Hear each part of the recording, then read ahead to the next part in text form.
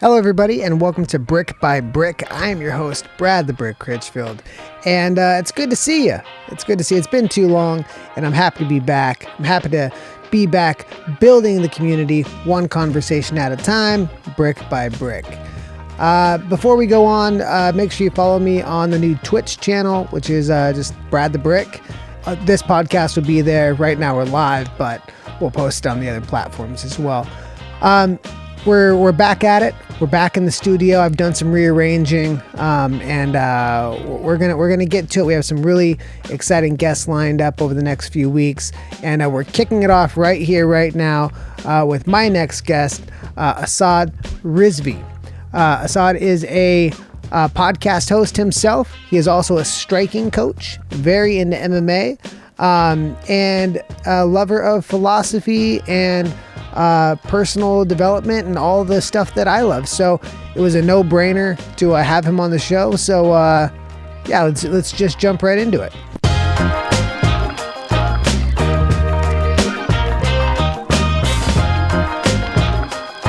We have a lot in common. Yes, we do. And I saw that you had posted something on Instagram with you and a mutual friend, Josh and Volgeson, and you were hitting pads. Yeah. So I'm actually a striking coach out of a dojo / gym in Lawndale, California, Koshiki Karate Do. And long story short, I started training there in late 2014, and once we started, they had a little kickboxing workout class every Friday, and I started going to that. I was still training there as a student, trying to rank up a belt. And we started a kickboxing MMA program there. My coach actually has a jiu-jitsu background as well. He's been training for a long time. And we started coaching, and I just basically started running basic workout classes. And I really got into mitt holding for people, and started holding mitts for people. And I fell in love with the art of striking, punching, kicking, all that. And, what amazed me and mesmerized me most about it was the variations and the different types of strikes that you can do in so many different situations. Right. And I think what I started to do is I just started to study those. I just started to learn, what it's like to throw those and what kinds of scenarios you throw those in. And I was like, okay, one thing that I don't see and what the MMA world is lacking in is people who can actually, do these, or I guess, show these fighters these things in a safe way and, hold the mitts for them, long story short. Right. And so I started looking into that and literally started studying.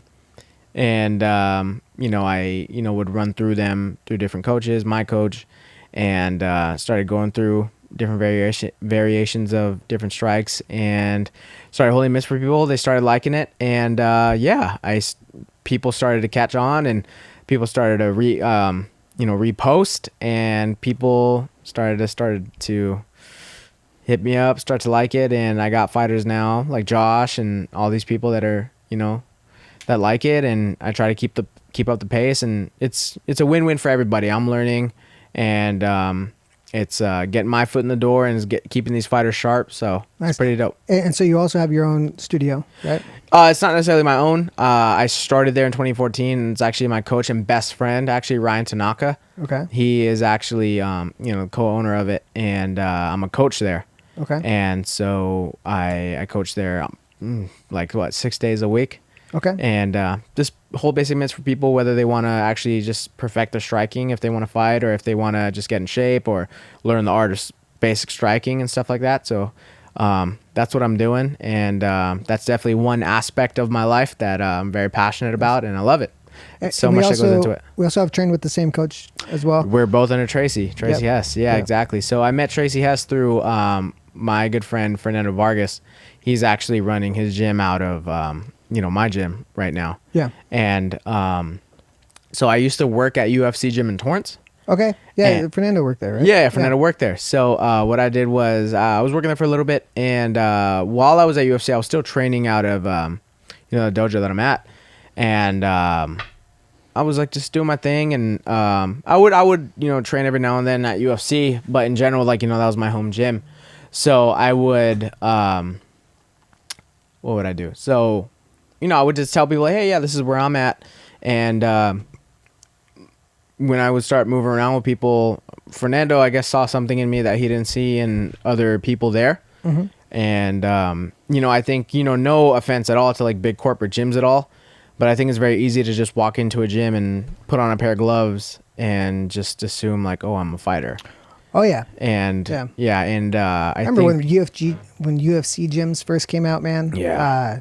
It was rampant. Yeah. I mean, there was like always like one really legit coach. Yeah. And then it would kind of get watered down from there. I think those really legit coaches started to just realize like, dude, I don't want to do this. Like, they would like, big corporate gyms like that, not just UFC, 24 Hour Fitness, LA Fitness, all these big corporate gyms, they like, for lack of a better word, like they rape their coaches. Like they're like, all right, yeah, we're going to like, if you charge your client $100, like we're going to take like 85.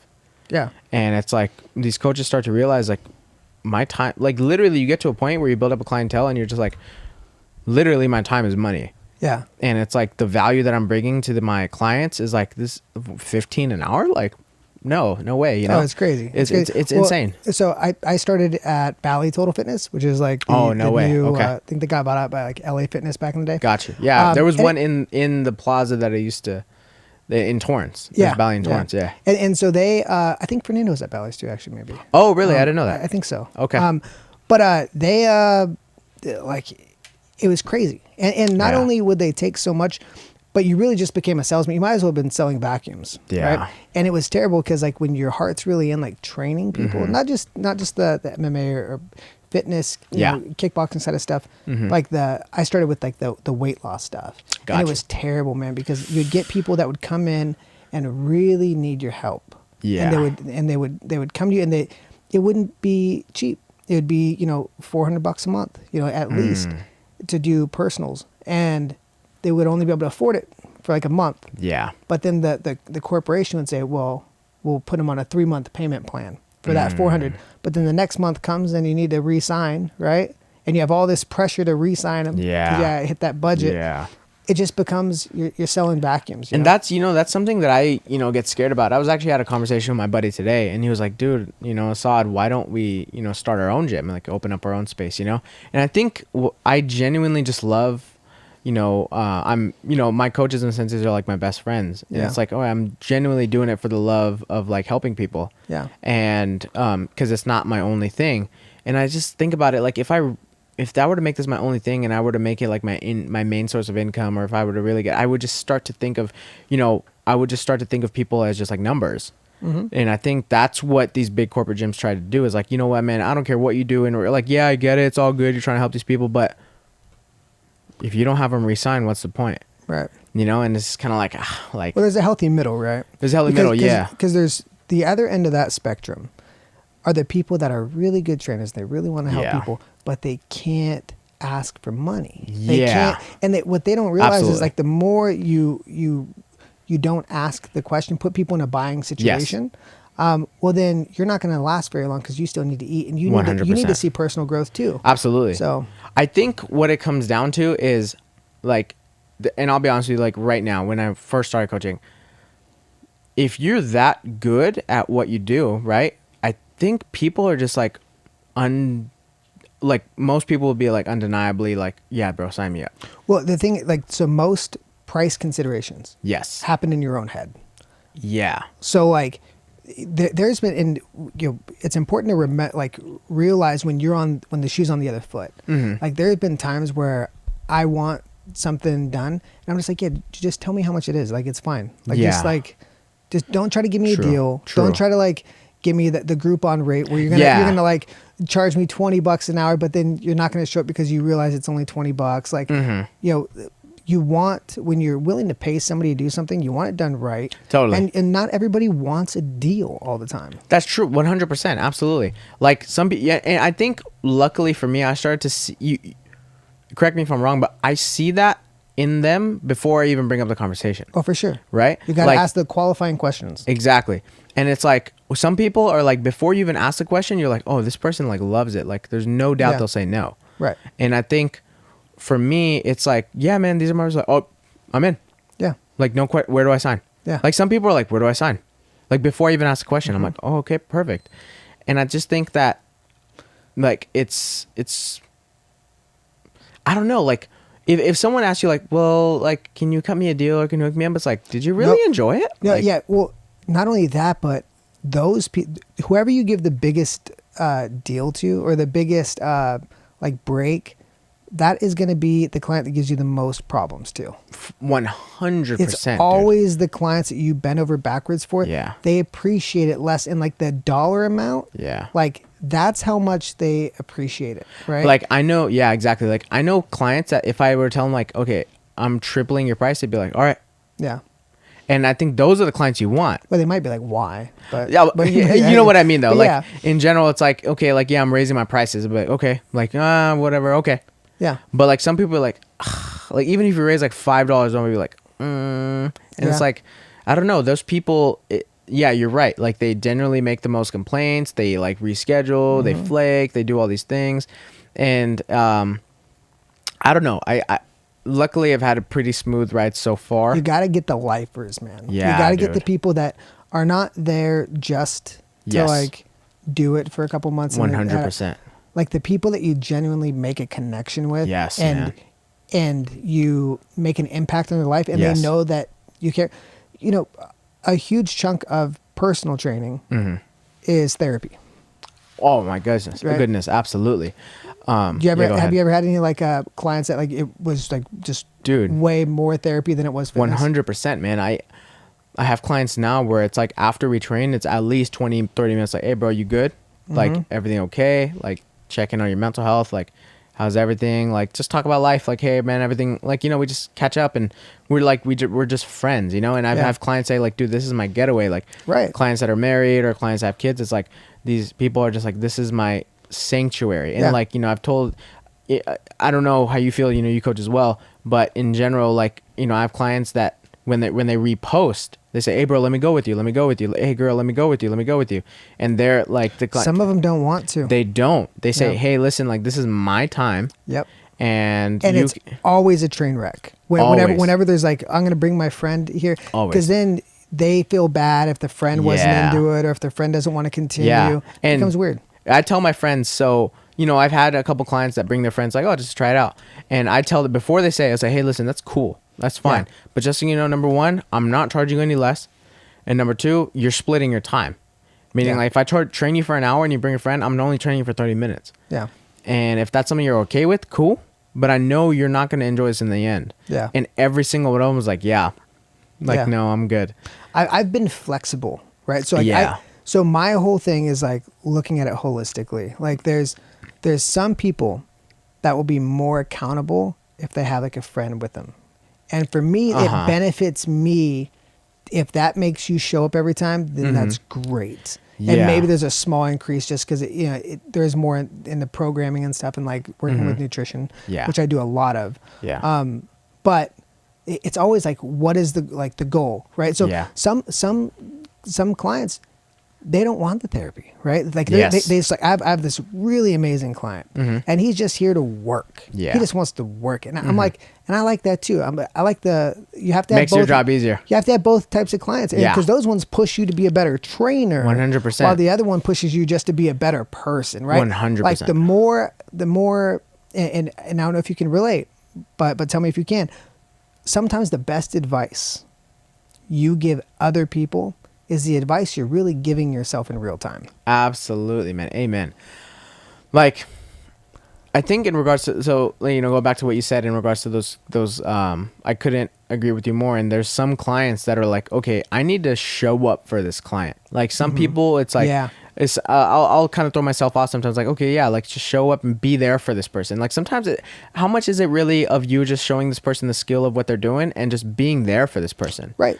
And for me, I have clients where I'm just there for them. Just caring. Like Just you care caring, enough to man. be there. And like sometimes that's where like, personal training is so much Yeah. more about the mental health 100% and just it is. accountability. Because at the end of the day, man, like when it comes to people's weight loss goals, Yeah. like people are there are a lot of lucky people that have a significant other that really cares about them. That's great. So most people that don't have that maybe have like a family member who makes a comment about their weight or stuff. But really that inner circle that really, like there's not too many people that really care about your waistline or really care about how you feel. And for sure. Like, especially for people, and I feel for people that look like they're in shape. Because if they say anything about like, yeah, I really want to get motivated and just get in better shape, the response that people get is an appeasing one of like, oh, stop. Like, you shouldn't feel that way. You look great. And, just brush it under the rug.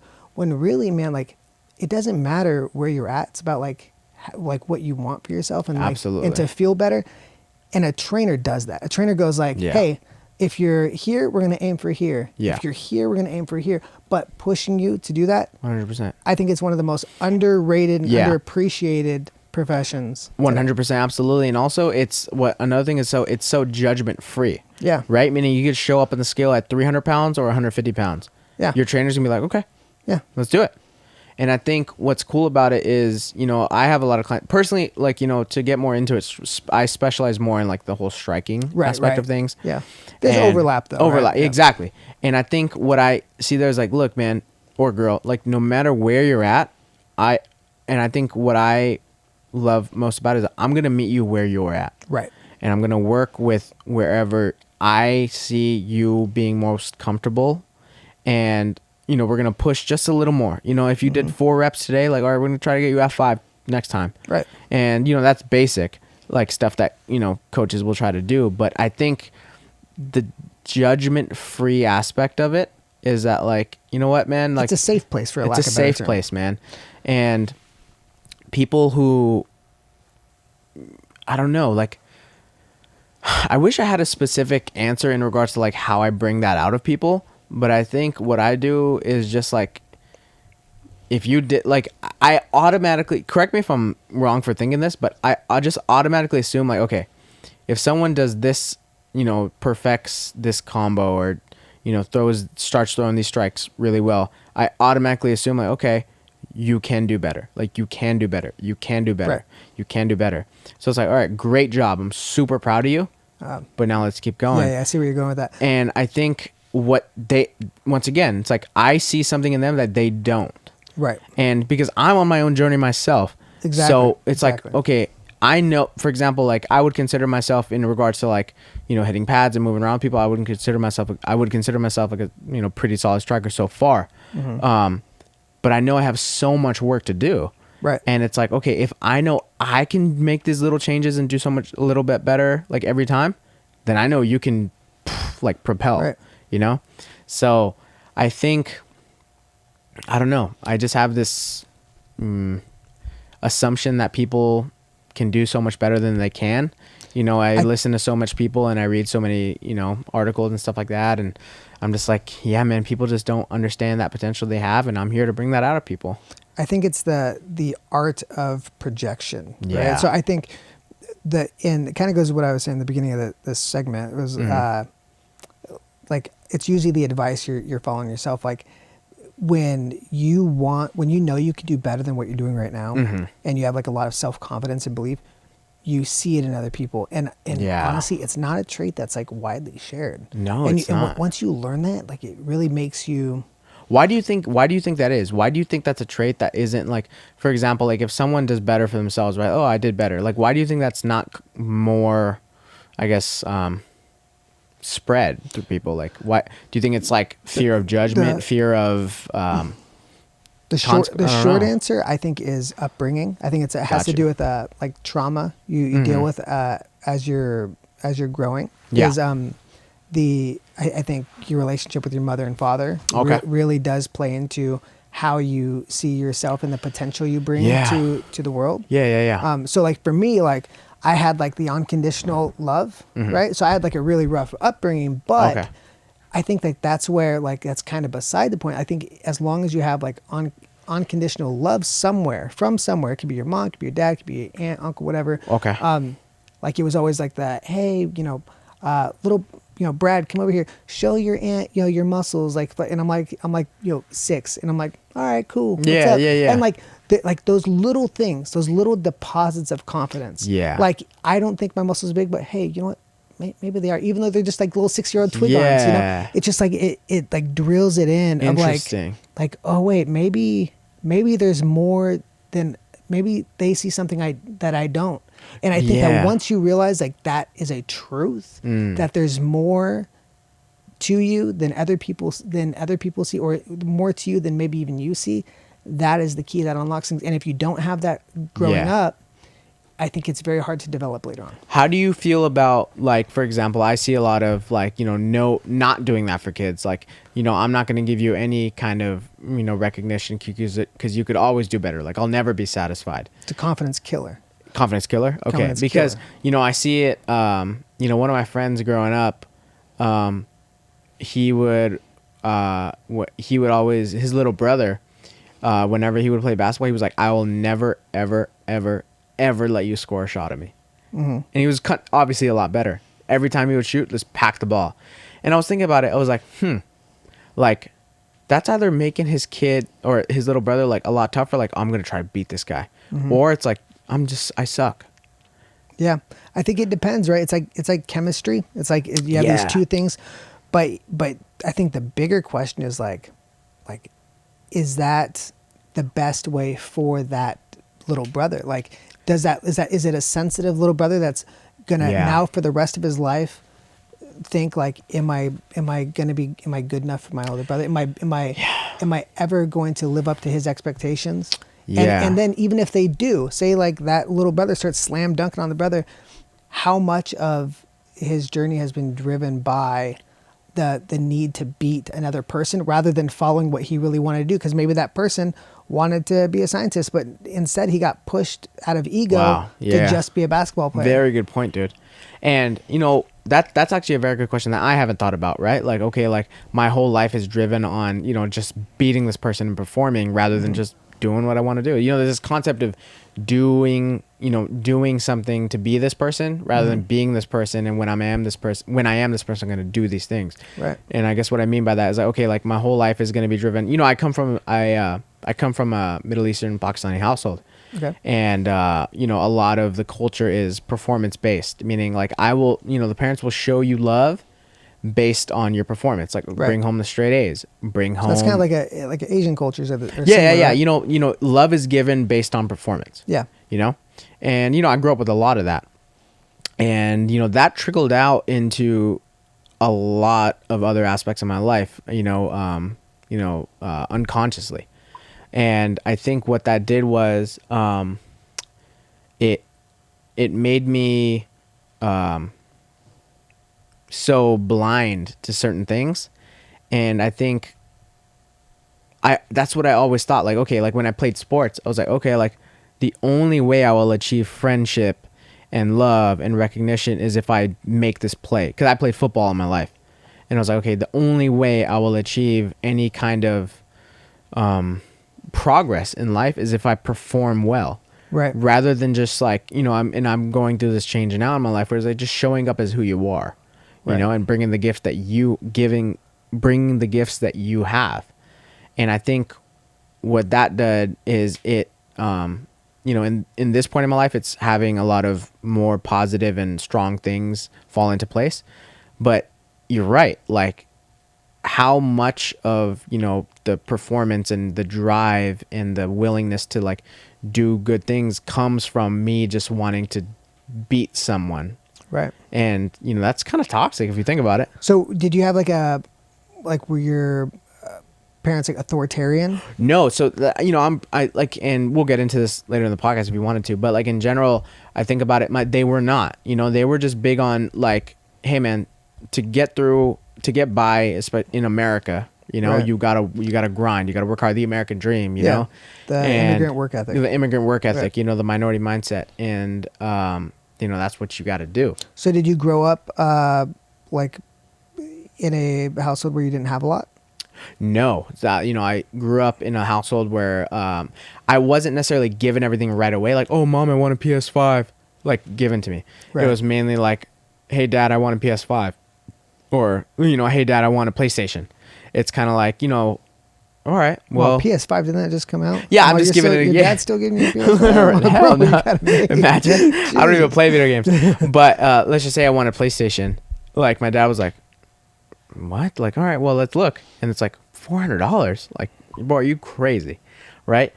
Rather than like, okay, and then what my dad will do is like, all right, like, I know my son wants a PlayStation, and How can I use that to incentivize a positive behavior? exactly, right? Like, all right, does he deserve it? And eventually my parents would be like, whether, all my friends will get it right away. Whereas me, I would get it like a year and a half later. Yeah. Be like, and I would be so grateful because this is kind of messed up, but my parents gave me and my brother and my sister the impression that we were poor, Right. but we weren't. Right. Like my dad my dad gave me everything, and he could have gotten it for me right away. But we were under the impression, like, man, like I'll be honest with you, bro. Like I never thought I would have a cell phone, like, or an iPhone or whatever. Yeah. Like I was like, an iPhone, $1,000? Like no way. Like I would never. But my dad obviously could have, but he was just like, nah, man, like you don't need it. But see, that's what makes people that are like well off, because they don't spend like that. Exactly. Like it teaches you. So I think there's the really important thing when it comes to like parents teaching that, like you don't just get things handed for to you. sure, dude. And delayed gratification is something that a lot of kids don't get. So yeah, and I think for example, in regards to like if my parents got me, like when my parents, I remember this day vividly, when my dad got me and my brother the PlayStation, dude, this was like 2 years after the PlayStation 3 came out. Yeah. Dude, me and my brother were like ecstatic, dude. We were like about to bawl our eyes out. We were like, dude, no way. Right. Right? And we were thinking about it, like, if you show that to like my friends, they'd be like, I got that the day it came out. Yeah. But we see, were they just care so about it. They care so less. And so like that's what I see as the desensitization. Yeah. One of desensitization. Yeah. So like it's just like sweets. It's like if you like don't get sweets very often and you get a piece of pie, you're like, man, that was an amazing piece of pie. Yeah, dude. I want another piece of pie. That was amazing. Yeah, exactly. And then if you have pie every night, or if you have a whole pie and somebody says, hey, you want a slice of pie? You're like, I guess. Yeah. Like who cares? But that's people in our society right now. For sure. But you know what threw me off, Brad? Is that, all right, so after I played football my senior year of high school, I was like, you know what? I'm going to get into the workforce because senior year, like, I was like, all right, like, I got things to pay for, prom, home, all these things, I wanted to go out. So I got a job. So right when, for example, like $100 was a lot of money to me. Yeah. Yeah. So right when I got my first paycheck, like $400 or $500, I was like, oh my, and I started blowing my money, dude. Yeah. Because I wasn't used to the instant gratification. Like, oh, let me see what this is about. Like, oh, you're telling me I could get a pair of shoes like right now? So it kind of had the opposite effect on you. In my adult life, it did a little bit. And I learned from those mistakes. I got into like credit card debt. Like I got into a lot of these things. Yeah, so did I. Yeah. But see, like it's important to take, I'm of the mindset of extreme ownership. Like, like I don't put the blame on anybody else. Like 100%. I'll take it all. I'll even take more than I should. Yeah. That being said, when I got on campus at Long Beach City College, after like, living on my own, going, pretty much couch surfing and going to Long Beach City College, I remember the first thing I saw when I got on campus was a booth, and it was for a credit card. And they were like, hey, come over here, just sign up for this credit card. I'm like, I don't really have credit, man. They're like, do you want $10,000? I'm like, I kind of want $10,000, Oh, no. And so like they give me all this money. And then, 5 years later, you find out about interest rates and compound interest and stuff. Took me a while, like, to get out of that debt. But I felt, so that since then they banned those companies from being able to do it on campus, right? But it's just like they prey on the ignorance. That's why, a big part of like me running for a school board recently was I feel very strongly that certain things in curriculum need to change for younger kids.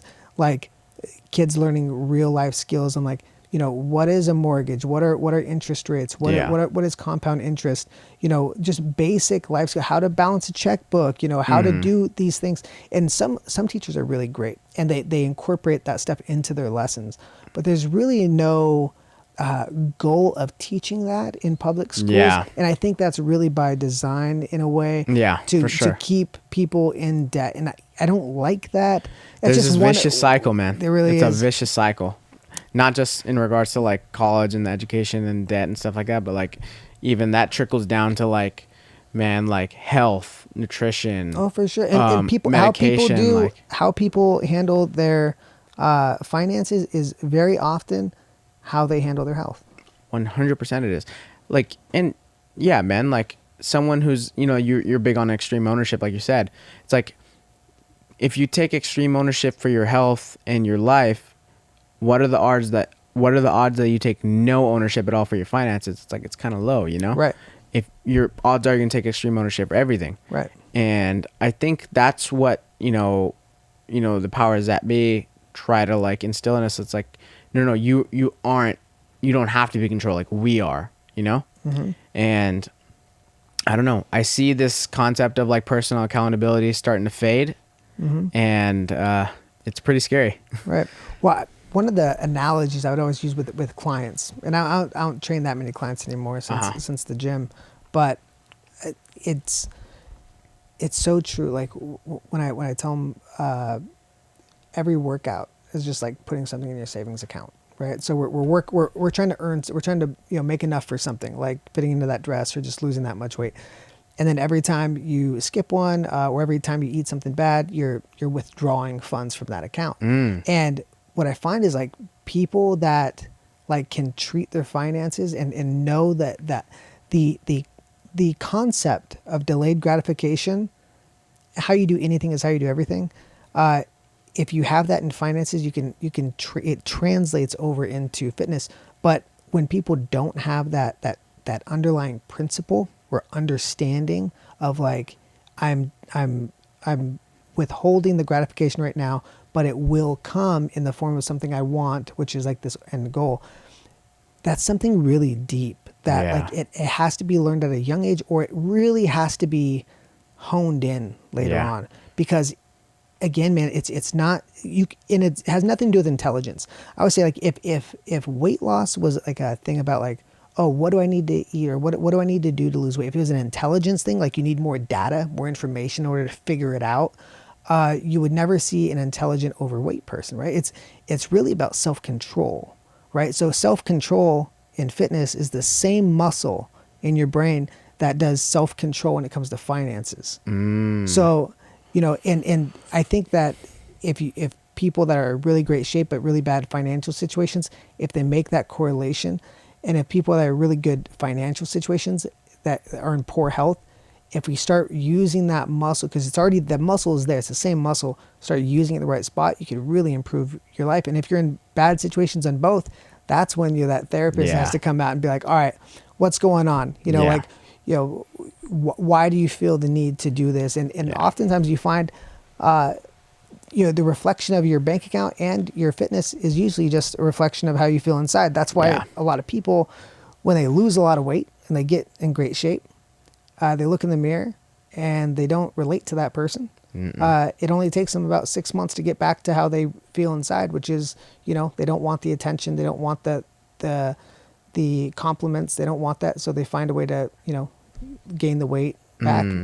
It's really deep.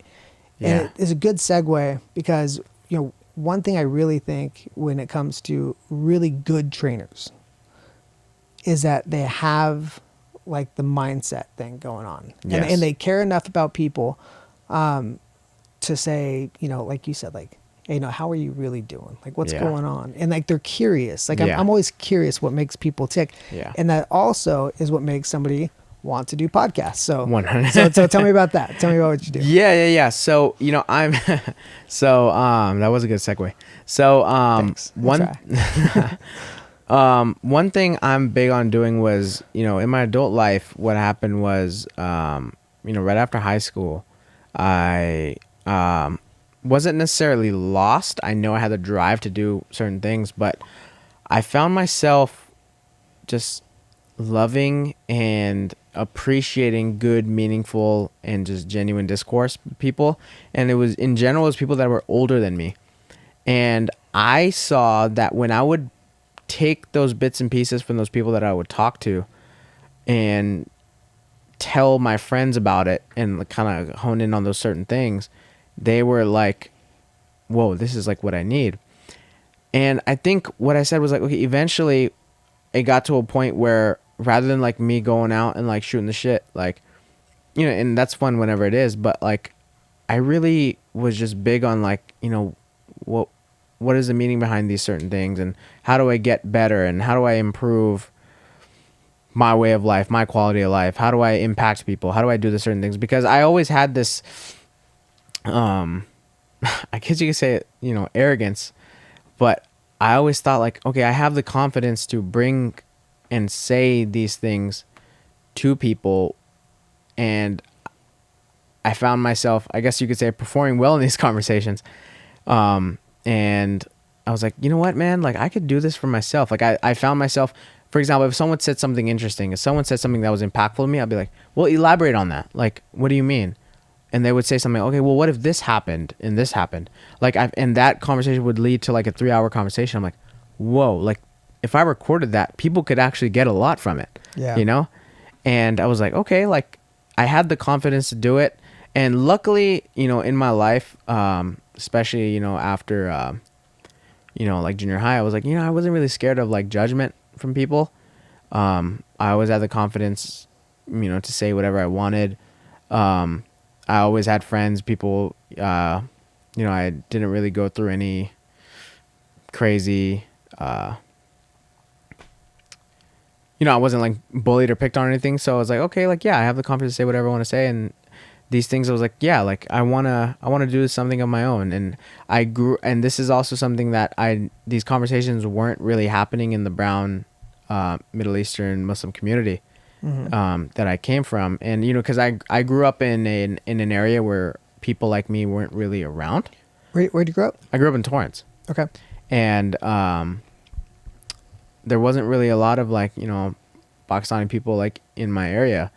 They're generally more like, at least from my experience, they're like more like in the Orange County area. Yeah. And I was like, oh, you know what? Like this is a conversation that people like me need to hear, because, you know, we are very sheltered and, you know, coddled, and people need to hear this kind of stuff, you know, in the brown community. And I was like, okay, like, you know what? Like, I'm going to do this. Like, I don't care. Whatever happens. You know, I started the podcast. I'll be still to this day, I don't even have really a goal with it. Yeah, me either. Right? Like, I just want to have good discourse with people.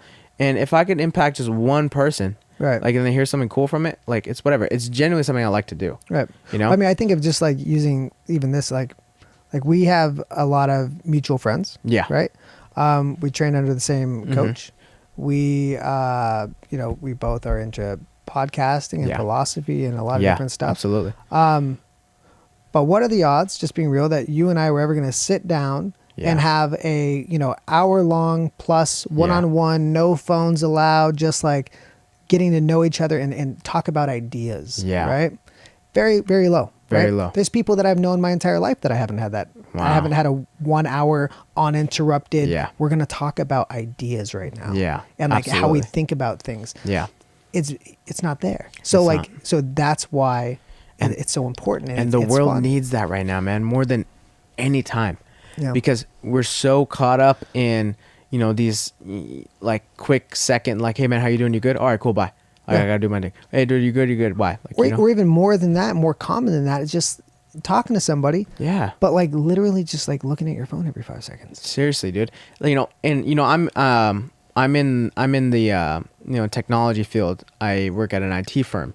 Okay. And you know, our job solely is to make people's lives more convenient in regards to technology, right? Like how can we make this more easier for you to get into? How can we make it more convenient so you can... Well, that's what Gary Vee says, right? He's like, the only thing the thing that people will buy the most is time. So like everything is just like, how much time am I buying by doing this? So it's like convenience time. 100%. And it's like, damn, I forgot where I was. My bad, I missed No, you you're up. totally fine. You're totally fine. Screwed up. But fuck. Damn it, Brad. No, I was kidding. But I think, you know, so I think where I was going with that was, you know, they're trying, these companies and these people, they want you to do that. Like they want you to stay on the phone. Oh yeah. You know, they want these social media companies, et cetera. They want you to keep clicking and keep scrolling. You know, that's what they're designed to do. And, you know, say whatever you want about By the way, them. we're totally part of the problem right now. Yeah, Because that's what they're 100% doing we are. right now. Exactly, Like, 100%. someone's probably watching an ad right now waiting to come back to this show. Totally. Exactly. I think, and, you know, say what you want about that, you know, hate it or love it.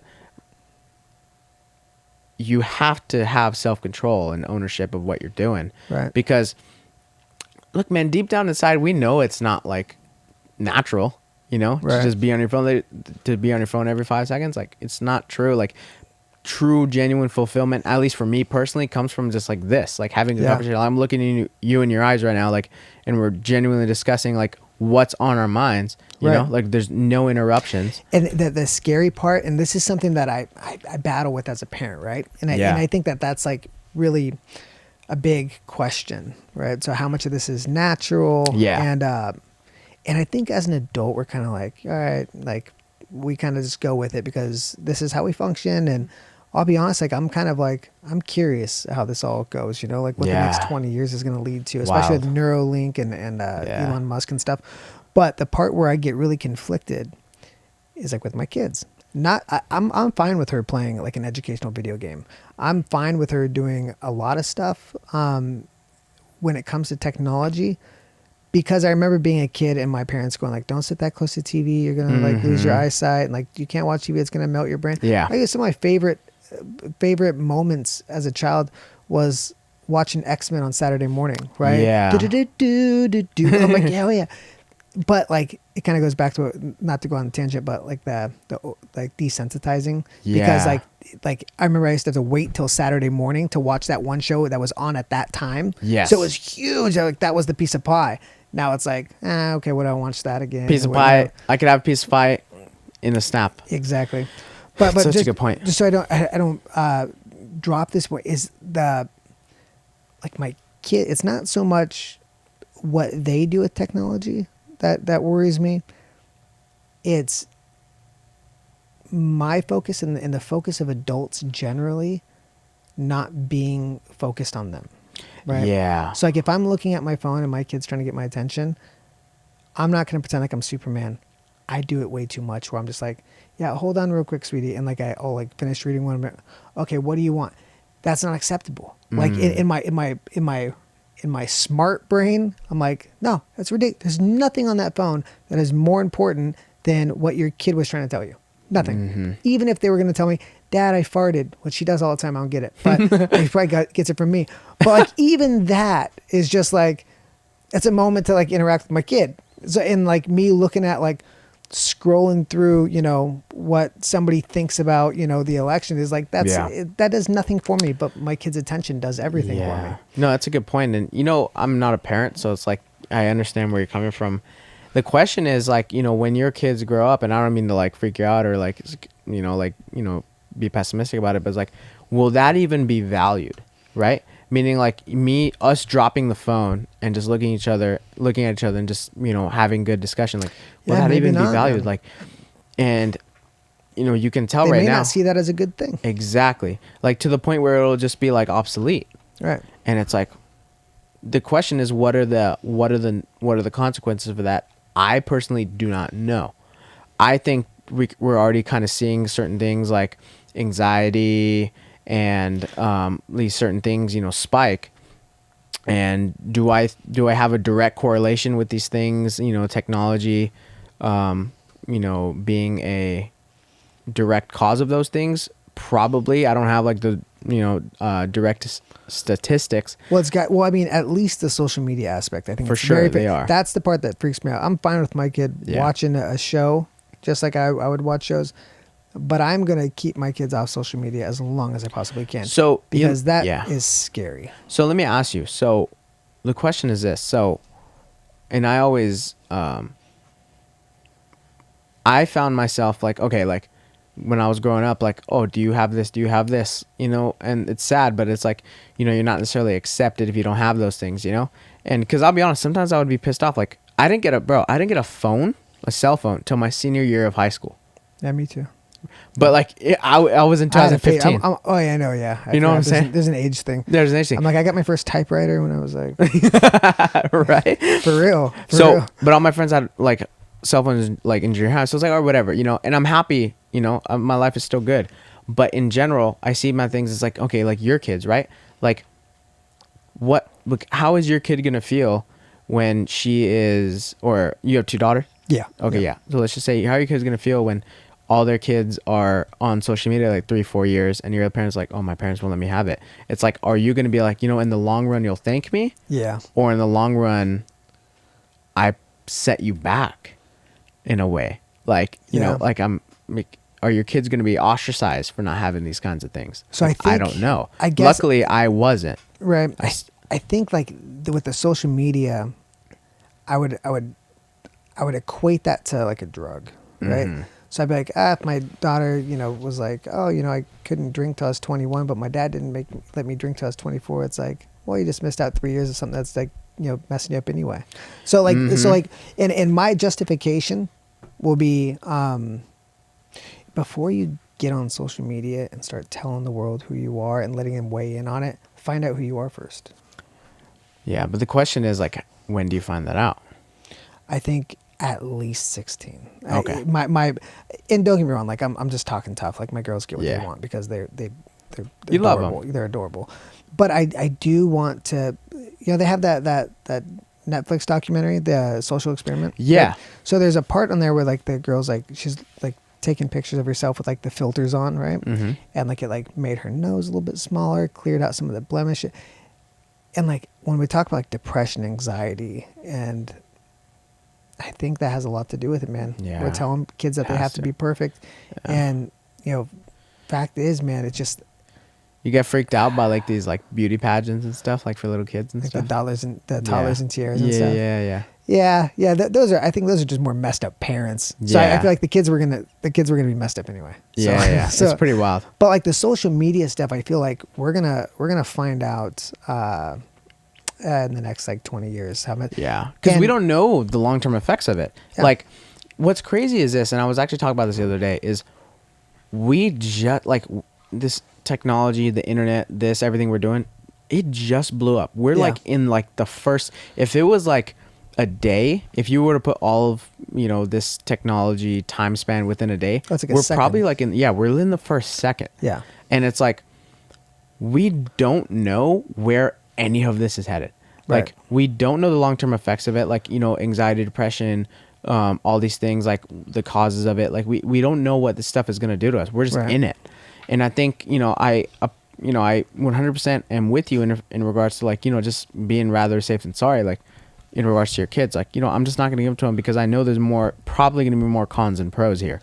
Why? I really don't see a lot of pros in social media, to be honest. So I do it because there's definitely more cons than pros. Yeah. I just like, what would be the pros?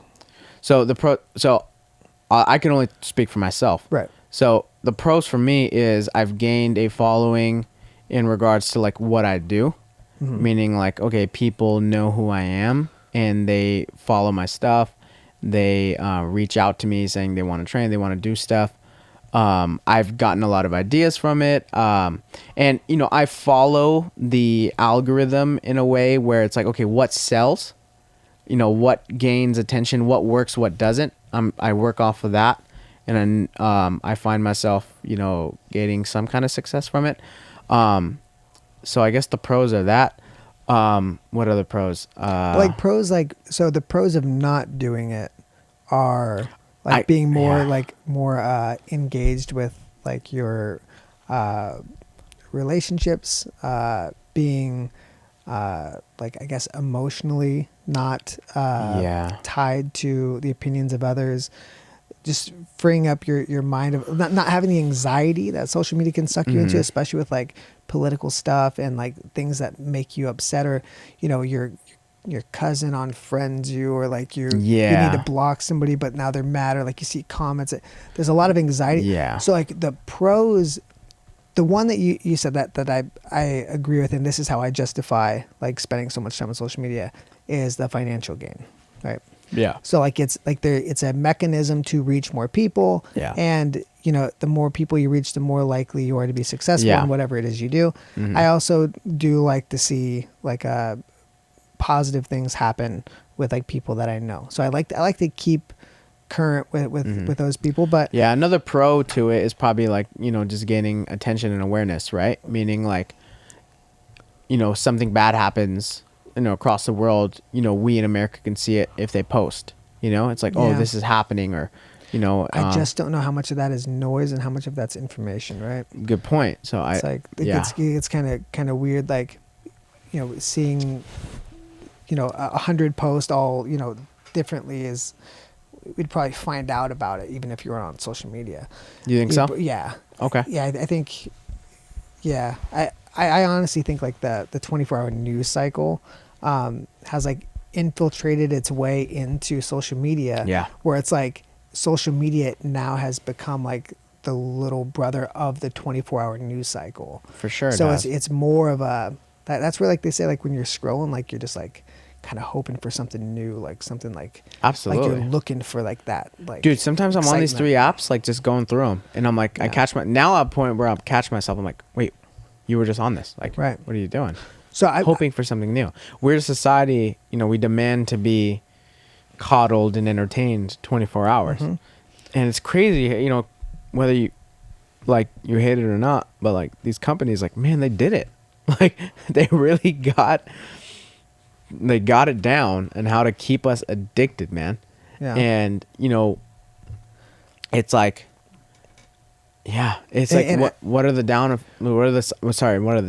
side effects to it? right. Well, and I'm going to backpedal a little bit because like I definitely don't want to make it seem like I'm like the anti-social media guy, because I'm actually fascinated by it, right? So that's why I was telling you before the show, like I recently got into Twitch and started a Twitch channel. We met through like, social media. Right, exactly, exactly. So I mean, we really can't like pick and choose like, well, podcasting is great because you get to connect with people, but social media is terrible. Like, I don't mean that. I'm actually probably more excited about social media and interested in it like than most people, because it's fascinating. Like it really is. Like, and I'm of the mindset of like, we're on this planet for like a very small amount of time.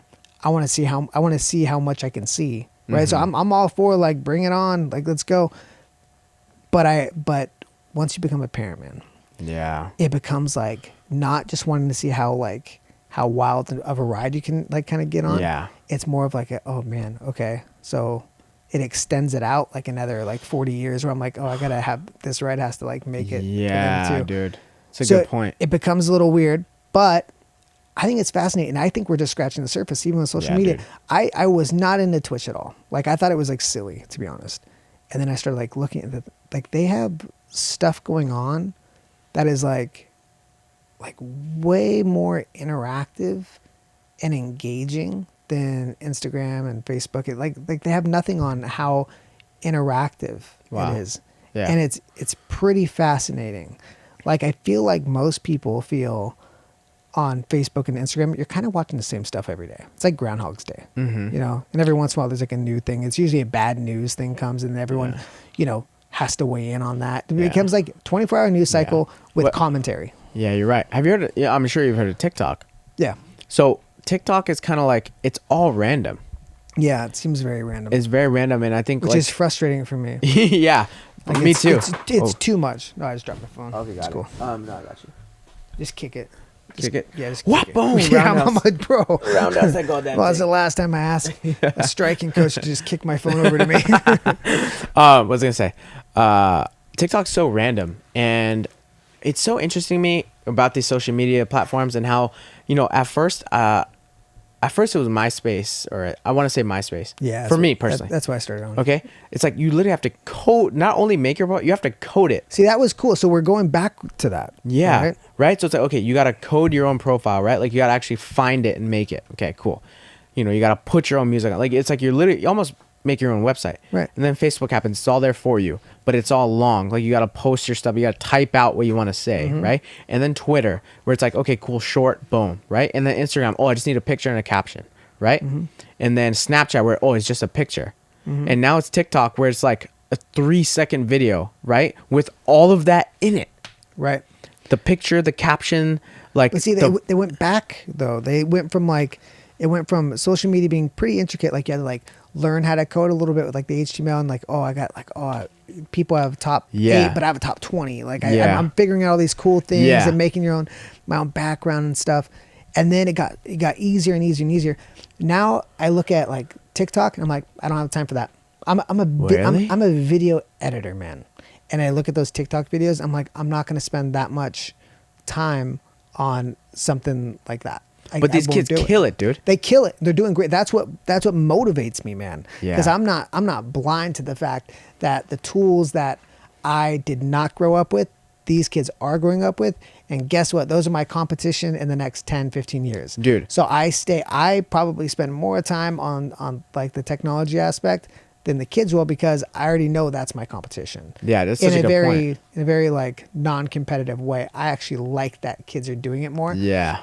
But like, because they do it so too much, effortlessly. Man. Yeah, that's they the problem. do it. That's what's scary, is that they do it effortlessly. Like, for example, like my videographer, his name's Kevin. Like when he like does the stuff that he needs to do and edits and stuff, he just like, he just kills it. I'm like, bruh, like what are you doing? But in regards to like TikTok, right? Like my sister makes them too, and like it's number one, it shows you like people's attention spans, right? Like in where they're at, you know, it's like, because this like TikTok is so random. There's no algorithm, right? It's not like you like something. It's like it's going to only going to show you what you like. It's going to just show you random. Like people tell me, like this is the first social media platform that people tell me, like I literally spend like 6 hours on it, like nonstop, because it's like, oh, I'll watch a cooking video. After that, I'll watch a fight. After that, I'll watch a podcast snippet. After that, I'll watch a dog video. It's like all random, funny, and it's hilarious. I have TikTok. I don't use it though. Yeah, but it's like it's too many. It's too many. So give me your top 3 in the order 1, 2, 3 social media. My platforms. Yeah. Oh man. First is Instagram. I'm for sure on Instagram though. Everyone says I'm loud on Instagram. I post a lot. Okay. On my personal, I have my podcast Instagram. I have my striking page now. I manage the gym's Instagram as well. So I'm on Instagram a lot. After that, I would say I'm on Twitter the most. And then I'm like rarely on Snapchat. Like rarely. Yeah. Like I used to be on Twitter? I feel like that's one I've never really gotten into. Twitter, I actually get I follow a lot of people that politically on there. Like, oh, this is what's happening. This is what's happening. This is what's happening on that. So I guess that's what I follow. And some people's tweets are just funny. But I'm not really. I would say I'm on Instagram the most. No doubt. I'm on Instagram the most. Yeah. What about you? I would say I'm pretty much like 90% Facebook. Oh, okay. So like total boomer status. Boomer. And I think it's because like I'm more into like community engagement. Okay. Right. So like that's where Facebook's at. Yeah. So like I'm much more like I want to keep up with people. Yeah. I want to be able to, like, if something happens, I want to share it. And so Facebook's kind of like my main, but like I want to be proficient at all of them. So TikTok's the one where like I really don't pay a lot of attention, because I feel like that one's like I don't see it lasting a long time, to be honest. And I feel like I think that a lot of the tools that it has are going to be used by other people. I think, exactly. For Instagram's doing it right now, the Reels. Yeah. And they're trying to shove it in people's faces too. I'm just like, dude, I don't. If I wanted Reels and all that stuff, I'd go to TikTok. Yeah. Instagram, but again, it's just a little bit easier. People are upset. At least the people that I've said, like, they're just like, bro, what is this? Yeah, because it goes back to the thing of like they're wanting you to like put all this effort into like a video, but the reason that stories worked was because it was simple. Just like, here's my story. Hey, here's my thing. Why do you feel like TikTok won't last? Because I think there's going to be a lot more competition. Mm-hmm. I guess I'm not basing it off of that much, to be honest. Okay. I think that maybe it's just like the feeling I get when I'm on it. Mm-hmm. And they were going through a lot of like politically, they're going through a lot of like legal battles, and they're not really I don't think they're a stable company. Yeah, because they're not American, correct? They're from China. Company. Yeah, and so the way I see America, the way I see censorship going in America, I don't think that we're going to be that open to having foreign companies collect that much data on our citizens. Yeah. And if you really think about it from national security aspect, there's a lot of validity with certain countries. There's not a separation of like government and business, right? So like, yeah. the government can go in and get any information they want. So Mm-hmm. do you really want a company to have that much data, personal data on your citizens? And I think the answer is no. So I'm not saying like that's like my hard stance of like I won't, play it because of that. Mm-hmm. But hold on, these things. All right, go ahead. There we go. Yeah. But I don't see it sustainable. Yeah, they say that these social media companies, the most, like the biggest thing they're after right now is, it's not necessarily our money. It's data, not. man. It's data, dude. They want to see where we're at. Like, they want to see what we want. And I'll be honest with you, man. I'm a victim of it. I think it's kind of cool. Like Instagram ads, like, for example, the other day, like I love this color that I'm wearing, olive green, right? I looked it up. I was like, olive green iPhone cases, right? And a bunch of dope ones popped up on Instagram. It's because that's what they want. And I was like, say what I want about this. It was like, okay, like, it's kind of cool. I found some cool ones. Yeah. And like, I don't know how I feel about it, So I think it puts people in an interesting position. What's his name? Neil deGrasse Tyson. So he had an interesting take on that. And somebody made the exact same case you just made of like, I mean, it's cool. Like, I like olive green, and then it tells me things olive green. And his whole stance was, no. By giving me what I already want robs me of the experience of finding other things that I might like as well. Like you're looking for your olive green, then you go, you know what, that teal actually looks kind of cool on a kid. You know what, maybe, so it expands your thing. And also like maybe you by looking for that olive green, you find a shop that has your olive green shirt, but also has all these other things, and you really start to enjoy that shop. You're like, man, I only shop there now. Like it takes you out of the natural realm of exploring things and basically just spoon feeding you. You like that, you like that, you like, and I kind of get it. I mean, I think it's kind of a reaching argument. Yeah. But I see it, man. I think that at the end of the day, if it already knows what we like the only way you find out what you like is by discovering things you don't like, right?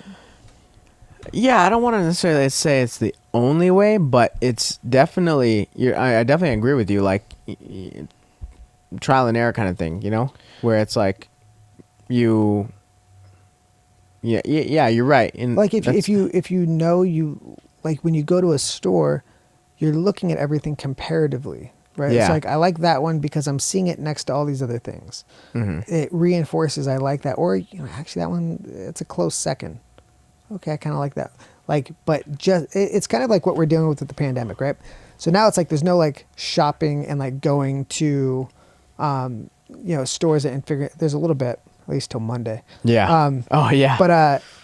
But now it's just like you have to know what you want, and you have to have it delivered to your doorstep. Yeah. And it's boxing people in, man. It's kind of like a scary thing where, like, yeah, dude.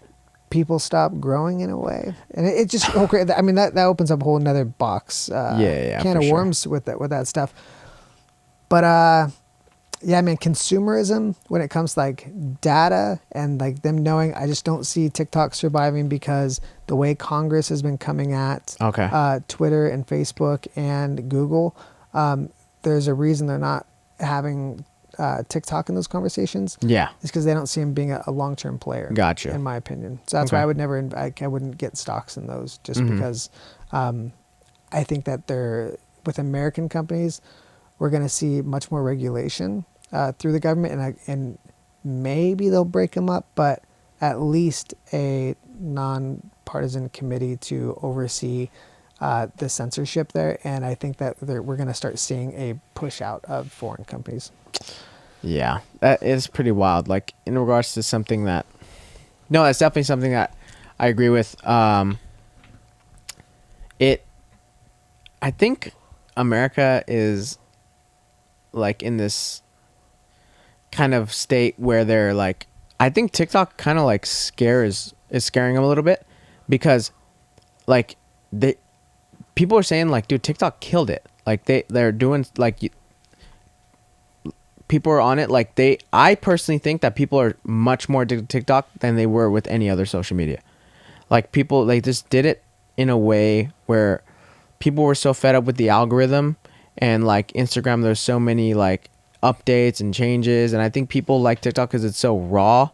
There's not really any censorship. You can say and do whatever you want on there.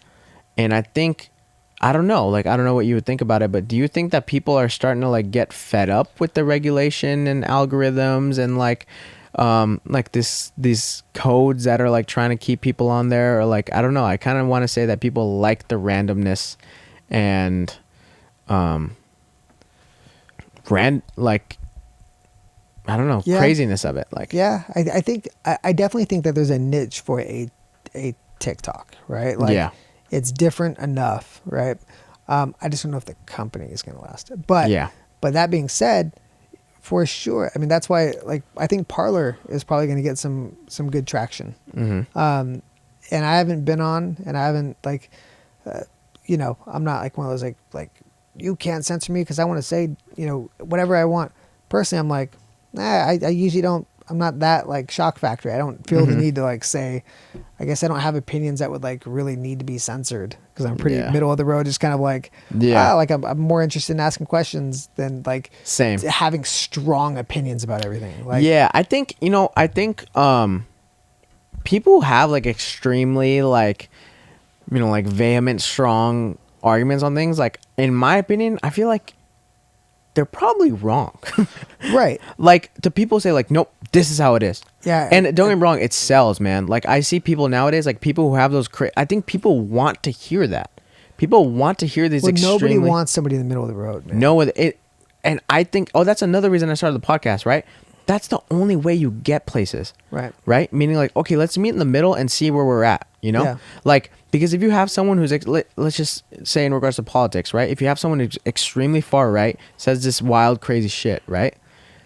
It sells. Say what you want about it, It sells. Right. Same thing with far left, liberal media as well. Like, it sells. It works. Right. People who are just smack dab in the middle, like, nobody wants to hear it, dude. Nobody wants to hear somebody go like, well, yeah, I guess I kind of feel that way. And,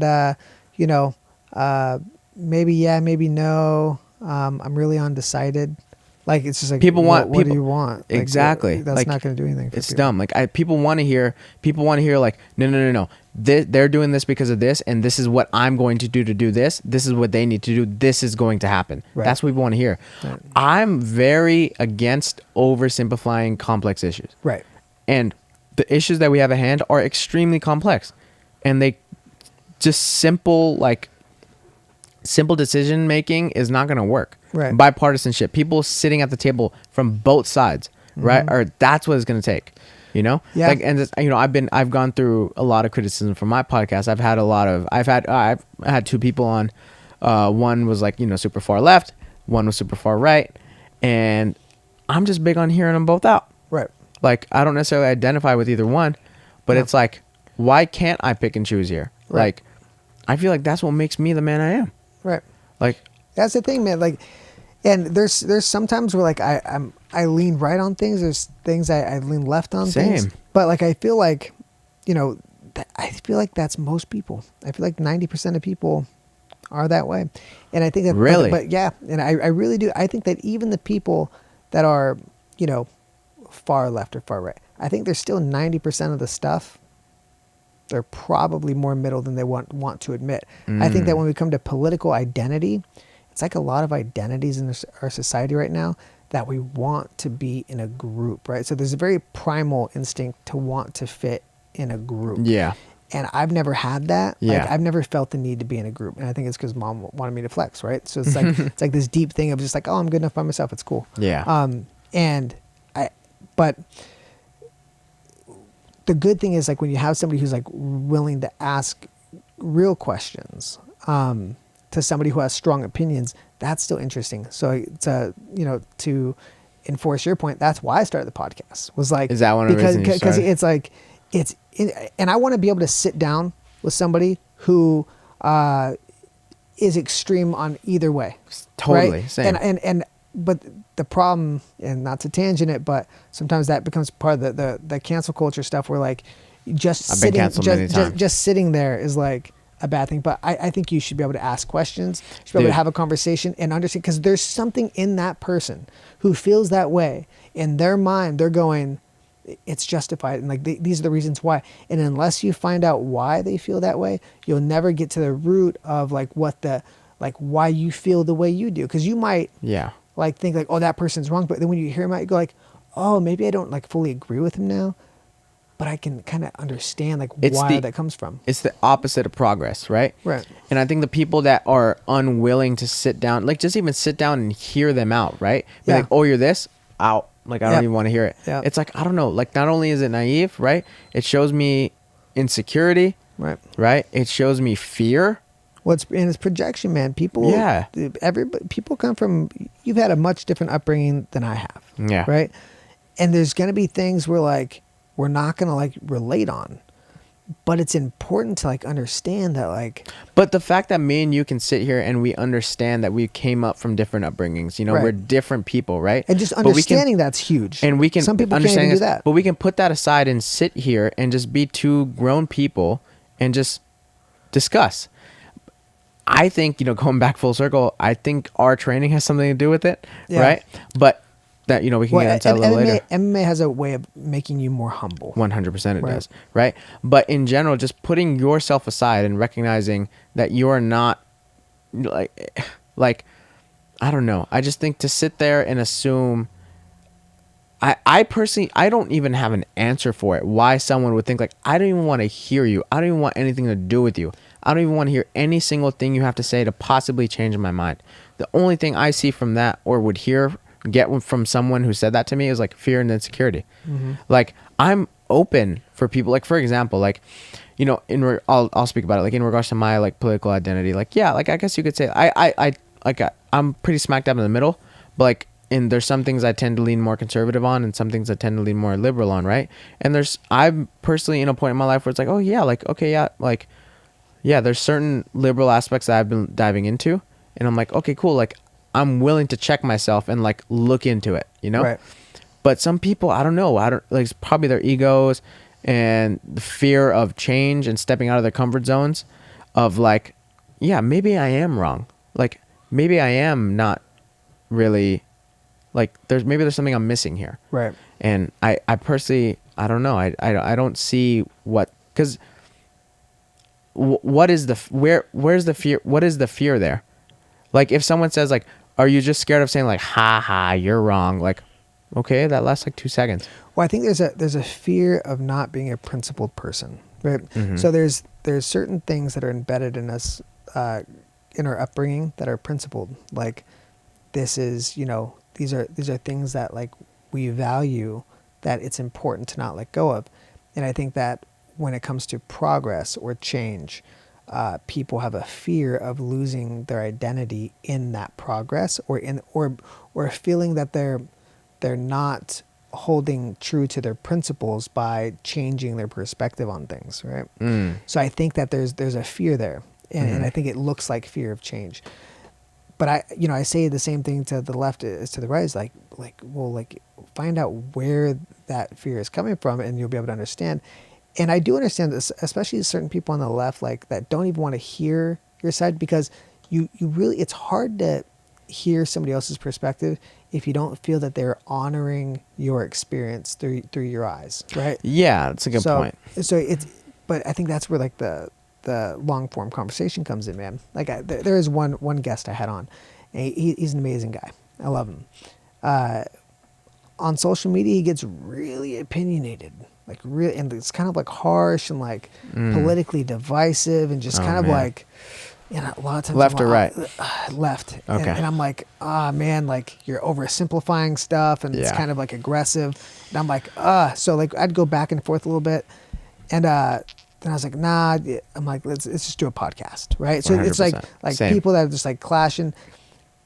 We sat down just like we are right now, had an amazing conversation Yeah. about incredibly like sensitive issues, and at no point did it feel like a left versus right thing. Yeah. It was more of like I wanted to understand where he was coming from, and I grew a little bit from it, and I think that he understood like, oh, so when you're saying those things, like it's coming from this place, it's not coming from like you're not dishonoring my experience. You're basically explaining like, you know, how you feel like as a society, like it's probably best for society to act this way. Yeah. So like, it sometimes conversations cross paths that way. Like you're speaking from emotion and like your own experience, and I'm saying like, well, yeah, but like on a bigger scale of like what's best for everybody, this is probably a better answer maybe. Yeah, I get what you're saying. And so I think you cross paths that way. I love it. And I couldn't agree with you more. And one thing that really stuck with me from what you just said was dishonoring someone's experience, right? Yeah. And that happens a lot now. And I think that's got to be like one of the biggest issues that we see nowadays. And that's where long form conversation like this comes into play, right? Where you can't really dishonor someone's experience if you just sit down face to face and like just straight up speak about it, you know? Right. And just go back and forth respectfully, of course. Yeah. Right. And, you know, that's where I feel like that's another con to social media, right? Where it's like, okay, it's very easy to dishonor someone's experience because all you're getting is a picture or a tweet or a 3-second TikTok or like a quick, you know, Facebook post, you know? You're not getting the full experience. And you know what's interests me about like podcasts is that like, you know, you see the attention span of people get so much smaller, but podcasts have blown up. Mm-hmm. And these are long form where you really have to hone in and focus. I don't know. That's something that I've really like haven't really like understood, like why people want to like hear like, oh, I only want to listen to this like or see this 3-second video, but like I'll listen to a 5-hour podcast with Joe Rogan easily. Yeah. It's pretty interesting. Well, I think it's a checks and balance, right? Yeah. I think, I mean, I like watching like the quick 30-second, 1-minute clips and stuff, and I think that's great. But I'm of two minds. I think on one hand, I like that. Then every once in a while, I'm like, if the conversation's intriguing enough, I go, oh, I'm into this. I'll just listen to the whole thing. But also, I think sometimes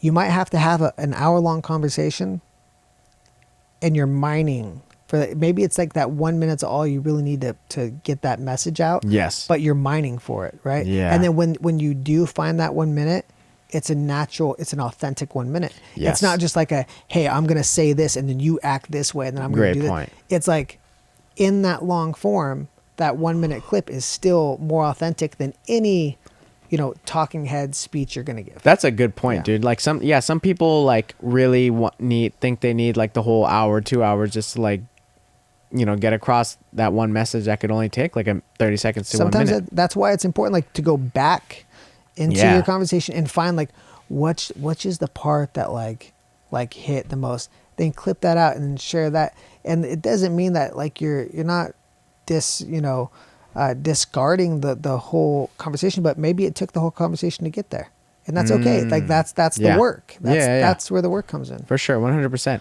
And yeah, it is interesting to see, man, and just to see like where everything is headed. Like, yeah, it's a trip for sure. I'll be honest, man. I actually didn't think we were going to talk about this stuff. Me neither. Yeah.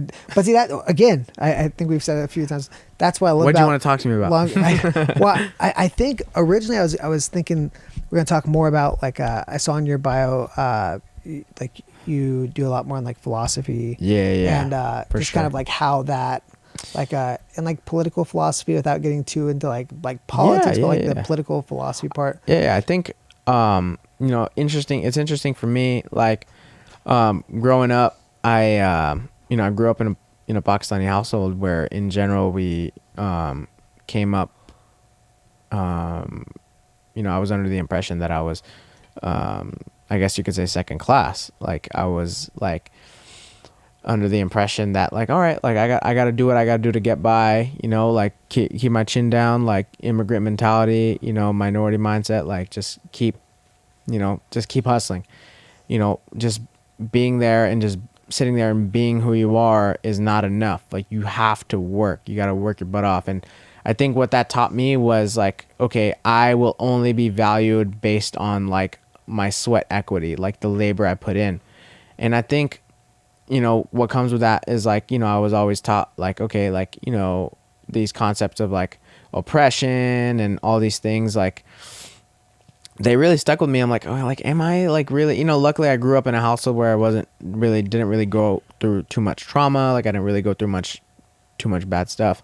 And we could get into like how MMA has helped me with that. But in general, like I never really found myself as second class or oppressed, or I was never bullied. I never really went through too much, too many instances where I felt like as if I was inferior to anybody. And I think what that taught me was, you know, personal accountability and extreme ownership, like you said. And I think that in tune kind of led my political ideologies to lean more conservative, I would say. Yeah. Which is actually led me to be pretty ostracized in my community, because I come from a community that's pretty liberal. Yeah. And I'm not saying that I identify with, you know, the Republican Party or you know, the Democratic Party, but in general, like I'm just big on just taking ownership for my own life and just doing what I got to do, and just like, no offense, like excuse my language, but like get the fuck out of my way, like let me do what I got to do. Right. And you know, the more you can, you know, reduce and mitigate the middleman, that is ideal to me. And I guess politically, on the podcast and the things I say, I don't know, I just find myself disagreeing with a lot of the far left narrative that's pushed upon us from these like social media, big tech companies and all that. And it's just very interesting to see. And I find myself, this is actually kind of, I use, you know, there's this big, it might be a little controversial, but I find myself as an immigrant with brown skin, like I kind of use that to my advantage. Like, dude, I'm first generation, like I'm an immigrant, and I'm like First generation American or first generation immigrant? Immigrant. Okay. Oh, like, meaning like my parents weren't born here. Like I was. So born like here first. I recently like learned like there's the difference. So like there's first generation immigrant, which would be like whoever, like if you were born overseas and then came. Oh. But first generation American is like you were born here, but you were the first one in your family. I'm first born. generation American then. Okay, so you were born here. I was born here. Okay. Yeah. So what that damn, what was I gonna say? My bad. Sorry. No, you're good, bro. You're always messing me up. No, bro. dude, that's like strike two. Man. No, I'm messing with you. I think that what that led me to thinking was like, I think it was just interesting to see growing up, being an athlete, and oh yeah, we were talking about like, you know, I use my brown skin to like my advantage and stuff. Where it's like, okay, like I see a lot of like, not, I don't want to say the word disenfranchisement, but like I see a lot of ostracizing of like people who didn't go through much, you know, in their childhood or their upbringing. Like, okay, like you don't have a right to say anything, you know, or you don't really have a right to comment on certain objects because, like, you know, you don't have a say. You never had a dog in the fight in the first place. And I think for me, it's like, like, I don't know, like, as a person who has, you know, the traits of a person who can say that he was, you know, ostracized and disenfranchised or whatever. That's tricky, right? Yeah. Because you have people that will look like maybe they would fit this this mold of somebody who's had a really rough time. Yeah. But then you have people that, you know, like for me, like I don't look like I've like had to do. Yeah. But I grew up on Section 8 housing and on welfare my whole life and got beat up because of the color of my skin, because we grew up with all, you know, Hispanics and blacks in our apartments, and it was welfare housing. And like, it's very easy to say, like, you know, Brad, you didn't go through anything, like you're white, like, shut up. And I'm like same as you. So first generation Americans, like my dad came over here when he was 4 from Portugal, and like because I got some like some Irish blood in me, I look like just typical white guy. So it's just like, and my name's Brad, which is like probably the whitest name. It's like Brad and Chad are like the whitest names ever. Brad. Yeah. Shut up, Brad. But so like that's where it gets hard, like with like a lot of political debates. Yeah. And this is exactly what you're saying. It's like there's this like assumption of like, yeah, and I think that's relate. That's so bad. Yeah. Because for me to sit here and say, like, if you genuinely have a good argument, if you genuinely have a good solution to something, right? And I just sit here and say, like, it's, you know, it's like just assume, like, you know, it's very easy for you, easier said than done. Like, you haven't gone through it. Well, like, you just disregard like everything. That's the opposite of growth, in my opinion. Right. Like, everyone should be like it. That's me literally just once you going back to what you said, it's me dishonoring your experience. Right. And it's like it's messed up, you know, regardless of like whoever you are, you know, the color of your skin. And it goes the other way too. I honestly, even if you've had a really bad experience and that experience has led you to believe and hold these beliefs and have these perspectives, like that's valid. It's totally Absolutely, valid. it's valid. And that is just your experience. Yeah. Because that doesn't mean that's the way the world works. But there's something there to learn from. Absolutely, and there like is. But it's hard when people take their own personal experience and then basically use it as a way to really hold strong beliefs that kind of cast the rest of the world as like the bad guy. We get sorry, go ahead. Just real quick, like because other people have had that same experience, Yeah. and become multimillionaires, right? Or just even forget the millionaires. There's other people that have been through way worse, that have been, you know, come from places in Europe, from way worse experiences, Yeah. and managed to like make it better with less. So whenever we start doing like the comparing, like their experience to there, and then how it stopped you, it all boils down to the same problem, which is victimhood. Yes. And victimhood is the one thing when I'm having a debate, an argument, if it goes to the place of just like, oh, you're the victim and, you know, it's the system, I have to check myself because I want to honor the person's experience. Yeah, I can't disregard it and say like, well, you're being a victim. Well, it's like, yeah, some people are victims, and like it's important to like weigh that in. But it becomes a delicate thing because I'm of the same mindset as you of like personal accountability and kind of like that. And I don't think that should be a left or a right thing. It shouldn't be. Yeah. I think, you know, we get so caught up in our, you know, our experiences, right? And that's how, you know, I view the world based on what I have seen. Right. You know, I view the world based on what I have experienced, what I've felt. But the question is, like, is that really how the world works? Like, for you to assume that the world is going to work based on what your experiences of it is naive to me. Right.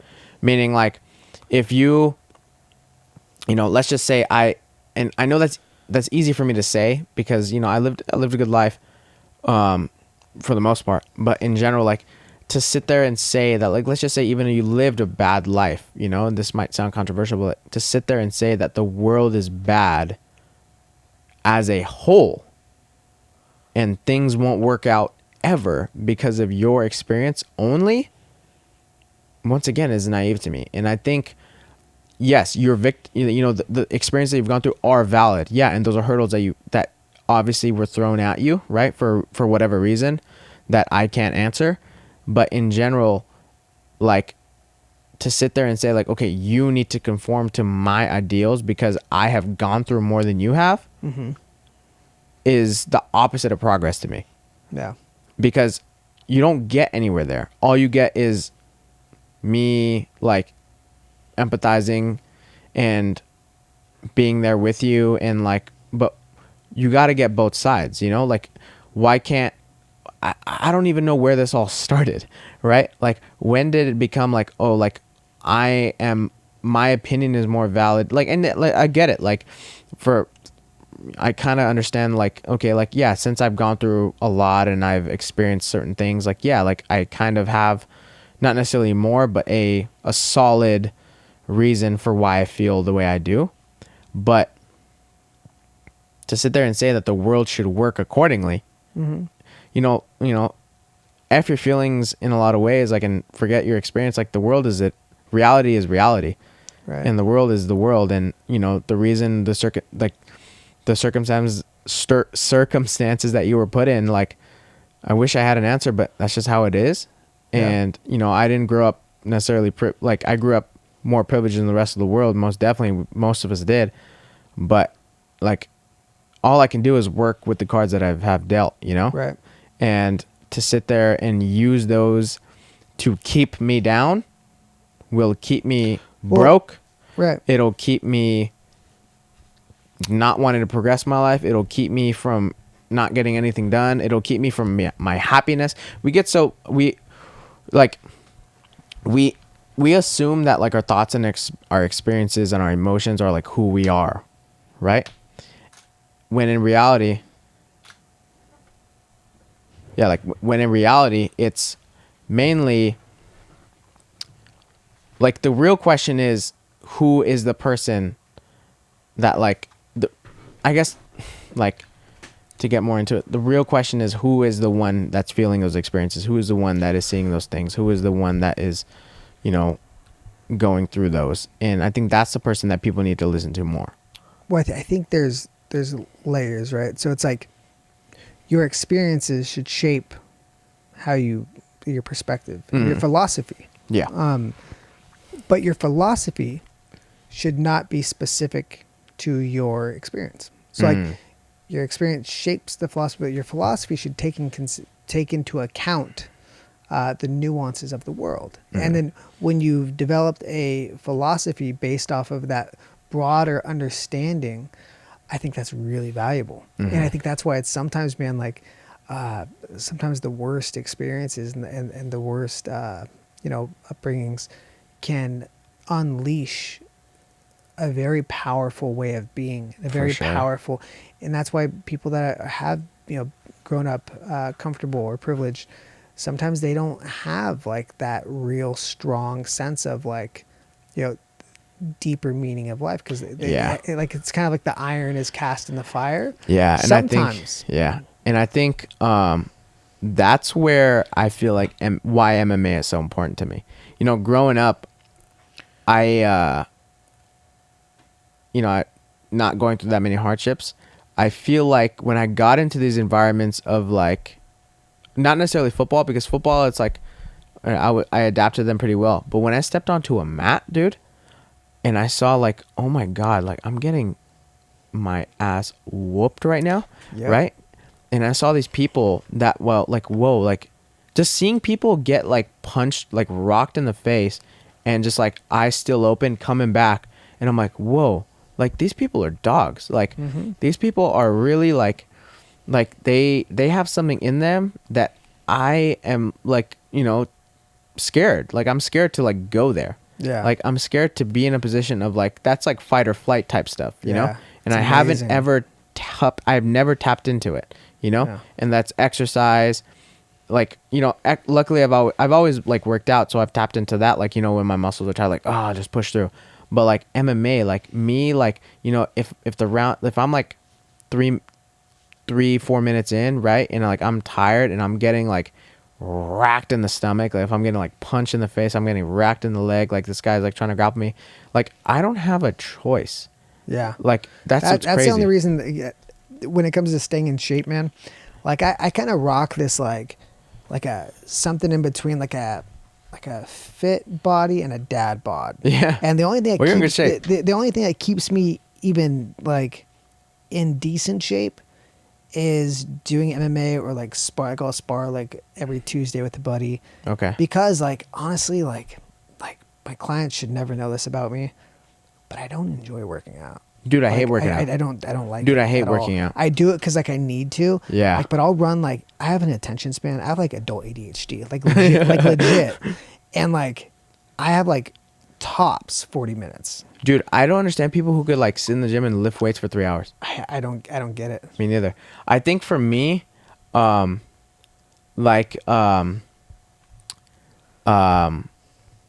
it does, like I was always chasing that. Like I was always chasing the like, okay, man, like it was unsettling to me to sit there and realize like, wow, there's people out there that are so much tougher than me. Like there's people out there that will literally Like, Right. it was unsettling to me that they can tap into places of their mind that I can't. Yeah. And you're telling me that me stepping on this mat and learning this martial arts stuff like will help me get there? I'm all in. Yeah. Like I've always been like kind of crazy, like a little psycho. Yeah. Like I actually just kind of like started like dabbling in this, but like I grew up listening to like heavy metal, like Slipknot and stuff like that. And I'm like, I wonder why. Like I was never an angry child. Like I was super happy, right? But I think for me now, like those lyrics were starting to like kind of speak to me now. And I'm like, oh, like I've always just wanted that feeling of like being alive. Yeah. Like that, chasing that feeling of like, whoa, like I don't know, like I read something, not necessarily like sparring hard and like jiu-jitsu, like where you're just like feel tired and like someone's actually trying to like whoop you. That's like ripping the soul out of each other's bodies.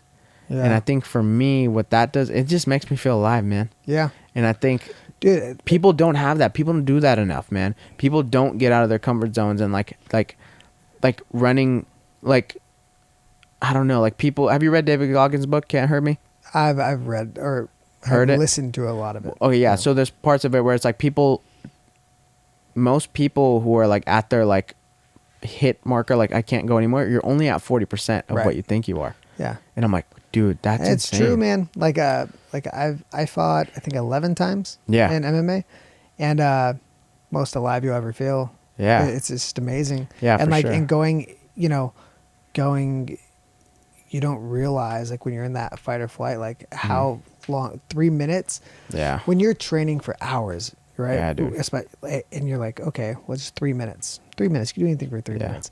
And you sit on that stool and you're like completely gassed. After 3 minutes, you realize how much like your emotional capacity Yeah, dude. is affected by what your body can physically handle. Mhm. But then you get up, you answer the bell, man. There's just something inside you just keeps going. Then Yeah. like that last minute of the fight, man, it's the most alive Yeah. you ever feel. Just like, especially when you hear like the cage close, man. Do you getting into more like philosophy type stuff? So I was listening to. Do you know who Robert Sapolsky is? No. Robert Sapolsky. I don't want to butcher this, but I believe he's a social anthropologist. He's a professor out of Stanford. He's been on Sam Harris's podcast. Okay. He's been with Joe Rogan, and he said this guy, he was out studying chimps. I think it was like 37 years, and he was talking about how in regards to whether we like it or not, like that dog that we're trying to chase and like the most alive we feel, like it's like our upbringing and the things that we went through. Those are actually the reasons like why we choose to like decide to do this. Like if someone is like any like regular sane person on the street will look at what we do or train and we're like, what are you doing? Yeah, that's so crazy because I don't understand why people don't like Yeah. see how awesome it is. Yeah. But then like if you really think about it, like It's kind of crazy, it's dude. pretty barbaric. It's so barbaric. Yeah. So I think whereas like you could just like run a marathon and Yeah. like kind of get to the See, same. like I feel the same way. So actually, when it comes to like wrestling, Yeah. I remember like Yeah, wrestling, wrestling. And I used to get like the same feeling of like man, this is intense. Like Yeah. it's only me, you, one person walks out. Yeah. And I got hooked on it from wrestling. Mhm. I was never that great. I really wasn't a good wrestler until after high school, which I wish I would have focused on it more before. But Gotcha. But it's the same way. Like when I see people like run marathons, like, oh, I love it, man. I feel so alive. I'm like, you're crazy. That's Right? There's or like nothing- powerlifters. Yeah, same thing. I'm like nothing about that Yeah. does it for me. And there's, so going back to Robert Sapolsky, what he says, like, whether we like it or not, there's specific instances in our life that have made us think that certain way. Right. Like, why is it that this barbaric act of punching and kicking someone in the face makes me feel alive? See, I disagree with that. Just because I feel like it's a primal thing. I don't think it has to be something in our lives, because I've had people, and you probably have too, that were like, oh, I'm not going to kickbox. Like I just want to you're lose right. weight, and then like start hitting the bag, and like you see their eyes like, oh wow. You're right, but you can understand the fact, like you probably understand, like, okay, like, yeah, you're right, like that's a primal thing for sure, but so Yeah. is running, right? Yeah. Or like anything. So, and yes, like I agree, I understand where you're coming from, but like I think everyone has a certain thing that makes them feel alive. Like I've trained like power lifters that are like, no, dude, that is like my shit, you know, or like runners like, oh, that's my shit. And like, yeah, training as well, like fighting. But I guess the point I was trying to get at was like, we, for some reason, like, whether we like it or not, like essentially what he kind of says is like, whether we like it or not, like there's something, not necessarily that happened in our upbringing or whatever, but there is something in our brains that there's a reason why it makes us feel alive. Right. So you're saying it doesn't have to be like in your life. But yeah. there's Something that makes you, like, he's like big you on said, like the fight or flight thing. It's like whether you're running from like a predator, right? Or you're lifting something really heavy. Yeah. Like it's all survival, right? Yeah. So like those things, I think that there's something definitely chemical point. That like you're either fighting, you're flighting, or you're like doing something that induces a lot of testosterone and dopamine. Like I think like he's big on like free will, and he talks about how like you know, it's very easy to like kind of justify it, like, you know, on a surface level, but scientifically I have zero basis to prove it. And it kind of makes me think like, damn, like, because I'll be honest, bro, MMA really just fell into my lap and I fell in love with it. It makes me think like, why do I love it so much? Like, I don't know, but I do. Yeah. Like, there's not really a reason. I'm not an angry person. Like I'm pretty in tune with my emotions. Like, you know, I didn't go through much, but bro, I'm so in love with it, you know? Yeah. And there's just a way that my brain is wired that makes me love it. Dude, I think it's primal, man. I think it's the same way, whether, regardless of like, I think anybody, man, whether it's like anyone being like, say people that fall in love or like, you know, like that's a universal thing. Like it's there. Yeah. I think that like when people are attracted to people, like I think that it's very, it's primal, and you would never say like something like I think there's something about the interaction between human beings that the conflict of physical conflict is so in our brain that, and we think about it without even thinking about it. A lot of our interactions and relationships all have an element of that. Whether you feel intimidated by people and how it makes you feel, whether you feel you're mad at somebody or you love somebody, there's always this like feeling of like, you know, conflict. And I think that when you get punched in the face or you punch somebody else in the face and you can both smile, you're like, oh, this is okay. This is fine to do. It's like this it's a permission to like, just like activate that part of your brain that I think a lot of people, especially the people that I don't think that they would like it, they love it. Some people don't. Like I've legitimately had like a client who like, I'm like, hey, we're just gonna put on the gloves today, move around, and like, and they're like, no, nothing about this does it for me. Same. And I've had clients like that. And there's also asexual people that don't get anything out of any type of like sexual. Yeah. And I just think it's more rare. Yeah. I just think like most people like enjoy the hell out of it if they did it. Some people more than others, right? Do you think we choose like what we love? Do you think we choose our desires? I think that we choose what we give energy to. Yeah, but do you think like that the natural energy that we give to things is in our control? Oh yeah. You think so? I do. Yeah. I want to say I don't think it is. I don't think we do. Certain things are harder for sure. I don't think I had a choice in like me falling in love with things I like. I don't think I have a choice in the things I like. Like I think in regards to but what you put energy into, you could like it, but so I would take it to the, I'll elaborate, but go ahead. Yeah, but like before MMA was popular, I think the same amount of people would have liked it 30 years ago, but it wasn't accepted. So it's like, so that you really didn't have an outlet, right? So right now we're in this awesome space where we can give it a lot of attention. There's a event every weekend. So it's there, and there's a way to make money on it now. You know, so they lets you get like we live in a time where we can do it a lot. That's a good point. And I think for me, it was mainly like, I guess the reason I said that was because like, I really feel like I just fell into it. Like I fell into the MMA world. Right. Right. Whereas like, you know, right after football, I gained like 60 pounds. I like had no purpose, and I fell into this. I was like, okay, like I fell in love with it. And I was like, what about this do I love? Like getting hurt and like getting like just, and you like you said, it could be primal. Probably don't like getting hurt. You like the risk. Getting hit, the risk. Yeah, you're right. Like Not getting hurt. I could have got hurt, but I did really well today. Yeah. You know? But I guess for me, like, okay, if I come home with a black eye or if I come home with like, you know, like a bruise, I'm like, oh, yeah, I feel good. It's kind of cool. Dude, when I finally got my cauliflower ear, I was so pumped. Oh yeah, dude. So pumped. I was about to say, I looked at yours like, oh, that's badass. Yeah. I'm trying to get there. I have like a little piece right here that's like a little swollen. I'm like, oh, I need to get some more on that. The first part's hurt, but after that, it's way better. But I think for me, that's more of a philosophical thing for me. It was like, okay, like, damn, like I really, the fact that I didn't choose this, right? And the fact that I just fell into it and I loved it so much was like, damn, like I feel like it was so for me that, but then again, like I didn't really love football at first. I was thrown into it. Yeah. But now I like kind of look into it and I'm like, like I don't even really think I love football that much. Yeah, I just thrown into into one it. season. I wasn't into it. Yeah. But it's a different animal. Yeah, I don't know.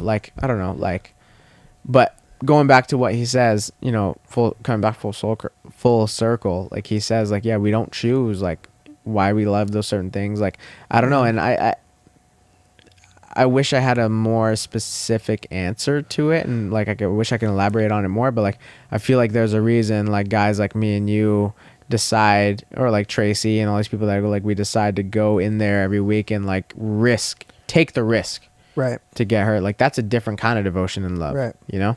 Well, I think it's that primal, right? But it's also like the sport itself is the variable, right? So like 30 years ago, it might have just been like wrestling. Maybe that's as much as we go. Yeah. Or maybe it'd be fighting somebody in the street. Or maybe in 30 years from now, maybe it's like hover fighting or like space gladiator. Like, so it might not be MMA, but like maybe it's just the right amount of like that like testosterone release, like endorphin inducing thing that gives us the same amount of risk. But I feel like that prime, like people get it in a different thing. So we just happen to like, we're in a place where MMA is booming. So like we get to do that and it's awesome. We are in the hub of it too, right? Yeah, like we're in Southern California of all places where it started, you know?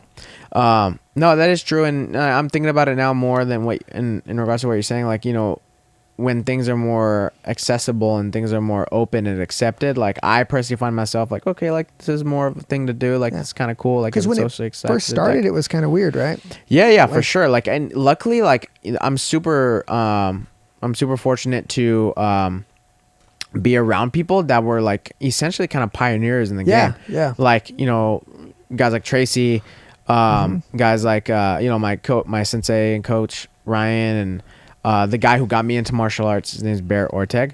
These guys have been training since like early 90s, you know, like not just like their traditional martial arts, but they got into like jiu-jitsu and wrestling. Right. And like I was like, oh damn, like these people were straight like trying to do MMA but in different ways. And I'm like judo and all these things. A lot of the guys, the pancration guys, like they were doing like, that's really what was kicking off MMA. Yeah. And I'm like, dude, like damn, like I'm really happy that I started with guys that are super traditional, like started when it all, you know, was getting their foot in the door. And man, hats off to those people, man. Hats off to those guys. Like think about it now. Like imagine like if like space, like gladiator type stuff like took off right now, people would be like, what is going on? Exactly. And like me and you, or like people just started doing it. I remember when like it wasn't sanctioned in California. New York had a big problem with it. I mean, just recently. When did it get sanctioned in California? So I think I did the very first camo show. Was like my first. My third fight was the first camo show. What? It was at the LA Fairgrounds. Before that, Tracy would take us, you know, down to Mexico. I never went to the Mexico shows. We used to take like JJ Ambrose and Brett Cooper and stuff down to Mexico. And then Tracy took me to Arizona to fight, because it wasn't legal here to do fights. So it got Tracy is really a don in the game, bro. Dude. He's the man. He is. Like, I'm so blessed to like have that dude in my life right now. Like, you know, I don't see him all that often, but it's like, dude, like to sit there and say like, yeah, dude, like if I am were to train, like I'm going under Tracy Hess, like, dude, insane. Like, and I always tell my sensei, like, dude, Ryan, like, you know, one thing that I've been going back to, like, being blessed enough to have guys like true, because there's like, man, like we know it, like there's just so many like BS martial artists out there. Oh, for sure. You know, like just like fake ones. I'm one of them, bro. We don't even fight. But one thing that I saw was like, damn, like I see a lot of hoopla, like no offense at all, but like, you know, when I would walk into these big corporate gyms, you know, people strap on a pair of gloves and just assume they're fighters. I'm like, all right, like, or people getting, like, no offense at all, but like people getting their black belts at like 8 years old.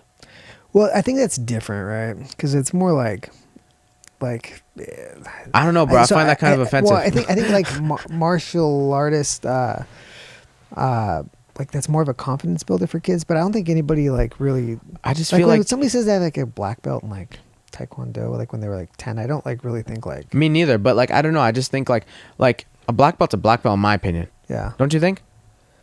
Well, it depends, right? So like that's why Tracy, man, he's only had one black belt. Well, under him that's so amazing. because he's supposed to like. It's not like these like. I mean, again, like some of these schools, like they're on a structured 24-hour fitness type of style where like you earn your belt the more you pay and the more classes you come to. But that's not okay. It's not. But then you have people like Tracy, who like you better earn it, you bro. don't want 24 black belts out there with your name, and then like you have those are your representatives, man. You got to be. Say, I mean, he really has a hard time just even brown belt. You have to earn it, man. Dude. I know. I'm gonna be earning. I'm like my goal this year by the end of the year. If things open up relatively soon and I can actually train again, brown belt by the end of the year. You at purple right now? Yeah. Dope. Yeah. Like for me, it's like okay, like number one, I completely agree with the fact that like yeah, dude, you can't just get your black belt, right? And these people walking around like, oh yeah, I got my black belt here, I got my black belt here, right? It's like for example, let's just say brown belt. Let's just say brown belt, like in regards to like what you all right, let's just say you get your brown belt this year, right? Yeah. And then some 8-year-old walks in with their brown belt. It's like, dude, there's a difference. Shoot a double leg. Shoot a double what I leg. I know, but I don't know. I guess it's not necessarily something that bothers me too much, but it's kind of but coming back full circle, like it's so dope to see, like, luckily my coach sensei, like, I know that they would get along. Like, you just know when they would get along. Like, martial arts when you see one. It's not just like the basics, like when you step on the mat. It's how you carry yourself, the etiquette, how you treat others, it's the kindness, the It's ego like, drop. Because, dude, like, how could you be like a solid, traditional, like, intense, like, black belt, like, and just like, how do you even have an ego at that point? Right. Knowing that there's people out there that can literally murder you. Yeah. So it's just interesting to me. That's why I think, like, even if you're like, for me, like, I was pretty decent at wrestling. I mean, I'm not that old. Like, I'm down. You're a with handsome wrestling. guy. I try, but when I did like my first judo class, and like I was getting choked out by this like 9-year-old girl. I'm like, okay, this is cool. Like I needed that, right? Like, because like as you grow as a martial artist, like the more capable you are to defend yourself and handle yourself, the less likely you are to ever initiate anything, because you become so 100%. humble where you don't The size fight is the people last up. thing you want. Exactly. 100%. Because like, especially if like, so I've had like ACL tear before, no. and like I'm like, dude, like it's not worth it. Like none of dude. it's worth like that. And then also when like it's the people that can't defend themselves that you really have to worry about, because those are the people that are 100%, dude. those are the people that are gonna hurt you. Like I mean, Yes, dude. Like I'm more. tricky. I'd be more scared training with like some newbie white belt than like a traditional black belt. right. Right? Like whenever I would like roll with somebody, like, dude, rolling with a black belt, it's like you're learning, but still you're safe at the same Oh, time. you're so safe. It's like Whereas like you're rolling with some newbie white belt, they're trying to yank your shoulder oh, off dude, your they're goddamn cranking body. your neck. Yeah, dude, and it's awful. Like, even if you end up like besting them at the end, or Yeah, like, dude. it doesn't matter. You're like, you already Insane. have this like pinched nerve, and you're like, dude, Awful, why? dude. Why? I They know. didn't learn anything. I didn't learn anything. Yeah, exactly. And that kind of Losers. comes back full circle. And I'm not sure how you feel about going into gyms like that, like try to like knock you the hell out. I Like, won't go into gyms. I've been in gyms like that, dude. Yeah. And I'm not trying to say any names, but like I've been in gyms where like you go in there and it's like it's sparring to like, all right, bro, like I'm trying to knock you out cold. Yeah. So And I it's had like, I had a whoa. gym. So like That's right. I had a gym for 10, and the first 6 years there was 2 gyms. They were next door to each other, and one of them was an MMA gym. Okay. So like I taught all the wrestling classes, Dope. and a really good kickboxing coach that was there, and he did all the stuff. And like I always felt bad because like it's like those old games where like you go to the new level, like kung fu, and you get to the top and you have to like fight the trainer. Yeah. I was always training to fight, right? Gotcha. So I wasn't like Tracy, like he's just has a wealth of knowledge and amazing instructor, and he'll just sit back and like just train to class. I always like to be on the mat because I saw it as like, okay, I'm going to train, but I'm also going to be rolling and like working with people. But you'd always get these people that would come in and like they would have egos, bro. like they would want to like beat the instructor, beat the owner. And I was always kind of like, dude, like I don't like, I'm not like some like, high level black belt. I'm a wrestler who's going to like teach you some jiu-jitsu, but I'm really going to show you some wrestling fundamentals. But it was always weird, man. Like people come there to try to like take my head off, bro. And I'm like, bro, I am not that good for you to be trying to like put me on your belt or something. And man. also, like, what do you get from that? Like, what if you're like let's just say like you're a higher rank, and like you just like beat the brakes off of some white belt. It's like, what are you truly gaining? Yeah. Nothing. You're just like a body, and you haven't learned anything. Yeah. Like it's the opposite of learning. And let's just like now you're just like, let's just say you do have an ego. Now you're just hurting your training partners, and like you're just like being a hindrance to their progress. And like let's just say they want to fight. It's pretty insane. You know who's my favorite person that came in and like just beat the crap out of me, but like did it in a way where like I learned a lot? It was Bobby Green. Oh, bro, Bobby Green came in. He's a savage, bro. Dude, I've never met him, but he is a savage. He's a beast. He came in. He trained at my gym twice. No way. He came in. He's out of Black House now, right? Is he?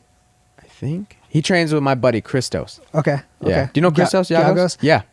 My debut fight was in Pomona, and Christos was the fight. He was the headlining fight. RFA? So, no, it wasn't RFA. It was Lights Out, maybe. Oh, sick. Yeah, so, dude, I've trained with Christos. He's a good guy. Yeah, I don't know him personally, but he was in the we had the same room. He's a savage, bro. Bobby Green. He is. Yeah, so is Christos. Yeah. And but yeah, Bobby, like he just like we're like moving, he's just like tearing me up. But he told me one thing that was just like, he was like, dude, he was like, and it's humble of him because like he's just way higher level than I. He's like, it's like you're threatening when you're moving forward. He's like, keep moving forward. I'm like, hell yeah. Like so like that when I spar, like I just always move forward. And like I feel like there's people that like try to beat you up to give themselves something. Then there's people that will beat you up to give you something. For like, sure. I'm gonna beat you up to teach you. Like when you're on your back foot, I'm gonna tag you. Yeah. And like, but then like you realize they're doing it to make you stop doing that. Like 100%. So I mean, there's people that are really good like that. 100%. I think one thing I saw was, when I would see, I'm from the South Bay, so I've been in like on the same mat with like Brian Ortega. Mm-hmm. And, yeah, and seeing. Oh wait, you know what? My bad. Brian Ortega was the headliner of that fight. Oh, got it. Yeah. Brian Ortega. Christos and Brian are like cool. They're good friends. Yeah. But like, yeah. Okay, got you. Yeah. So him and seeing Brian move one day, he was like kind of like saying exactly what you just said, meaning like he was tagging this guy, but in a way where it's like, I'm not trying to knock you out cold, but I'm gonna tag you. I'm gonna show you like, yeah, that's there. Yeah. Like he would sweep and stuff, not to like try to hurt you, but like that's there, and like that's where I say like going back full circle, like I'd rather go with the black belt. Like if he tags me, like I'm not gonna get hurt. Right. Whereas the white belt, like no, he's trying to knock me out cold. Right. But yeah, no man. Like in regards to this whole martial arts stuff, like it's so interesting and beautiful to see like this, like as barbaric as it is, like the growth that it's given me personally, and you as well. I'm assuming like just I don't know. And what another thing that like I'll probably end with this, like one thing that I love about it is that it's never ending. Yeah. Meaning like I want to do this forever. Yeah. I'm sure like any kind of training, like I don't see myself ever like leaving the mat like for good ever. Unless like something extremely awful happens, like knock on wood. Yeah. But like in general, like it's therapeutic, it's meditative for me, and it's made me a better man personally. And dude, it's so dope. Dude, it's awesome. Especially it gives you a way to surround yourself with like positive, like-minded people. Absolutely. That it's good all around, and it helps you like not only grow as a person, but it keeps you humble, and also gets you in a position where you're always sharing And like, that's a great thing about martial arts. It's like you spend all this time learning. Yeah. And then there's like this implied responsibility to pass it forward the more you go through. So if you're on the mat, if you're somebody's purple belt or brown belt, you're not there just to keep learning. You're there to help your sensei or your instructor, grow that family. So it's really 100%. And yeah, I love it. I love how it comes back like knowing that, okay, I've been there. Or like when someone makes a mistake, I made that same exact mistake, and you know how to correct it. You know? When people are muscling stuff, if I drop my phone one more damn time, kick that, roundhouse that thing. When people are like muscling stuff, I just tell them like I was the same way. Like just like you gotta stop. That's what I do when I home miss people. Dude, stop focusing on power, man. Like, do not focus on your power. Technique, placement, accuracy, technique, power will come, dude. Like, yeah, dude. Power, if anything, dude. Ortega's a good example of that, man. Yeah, dude.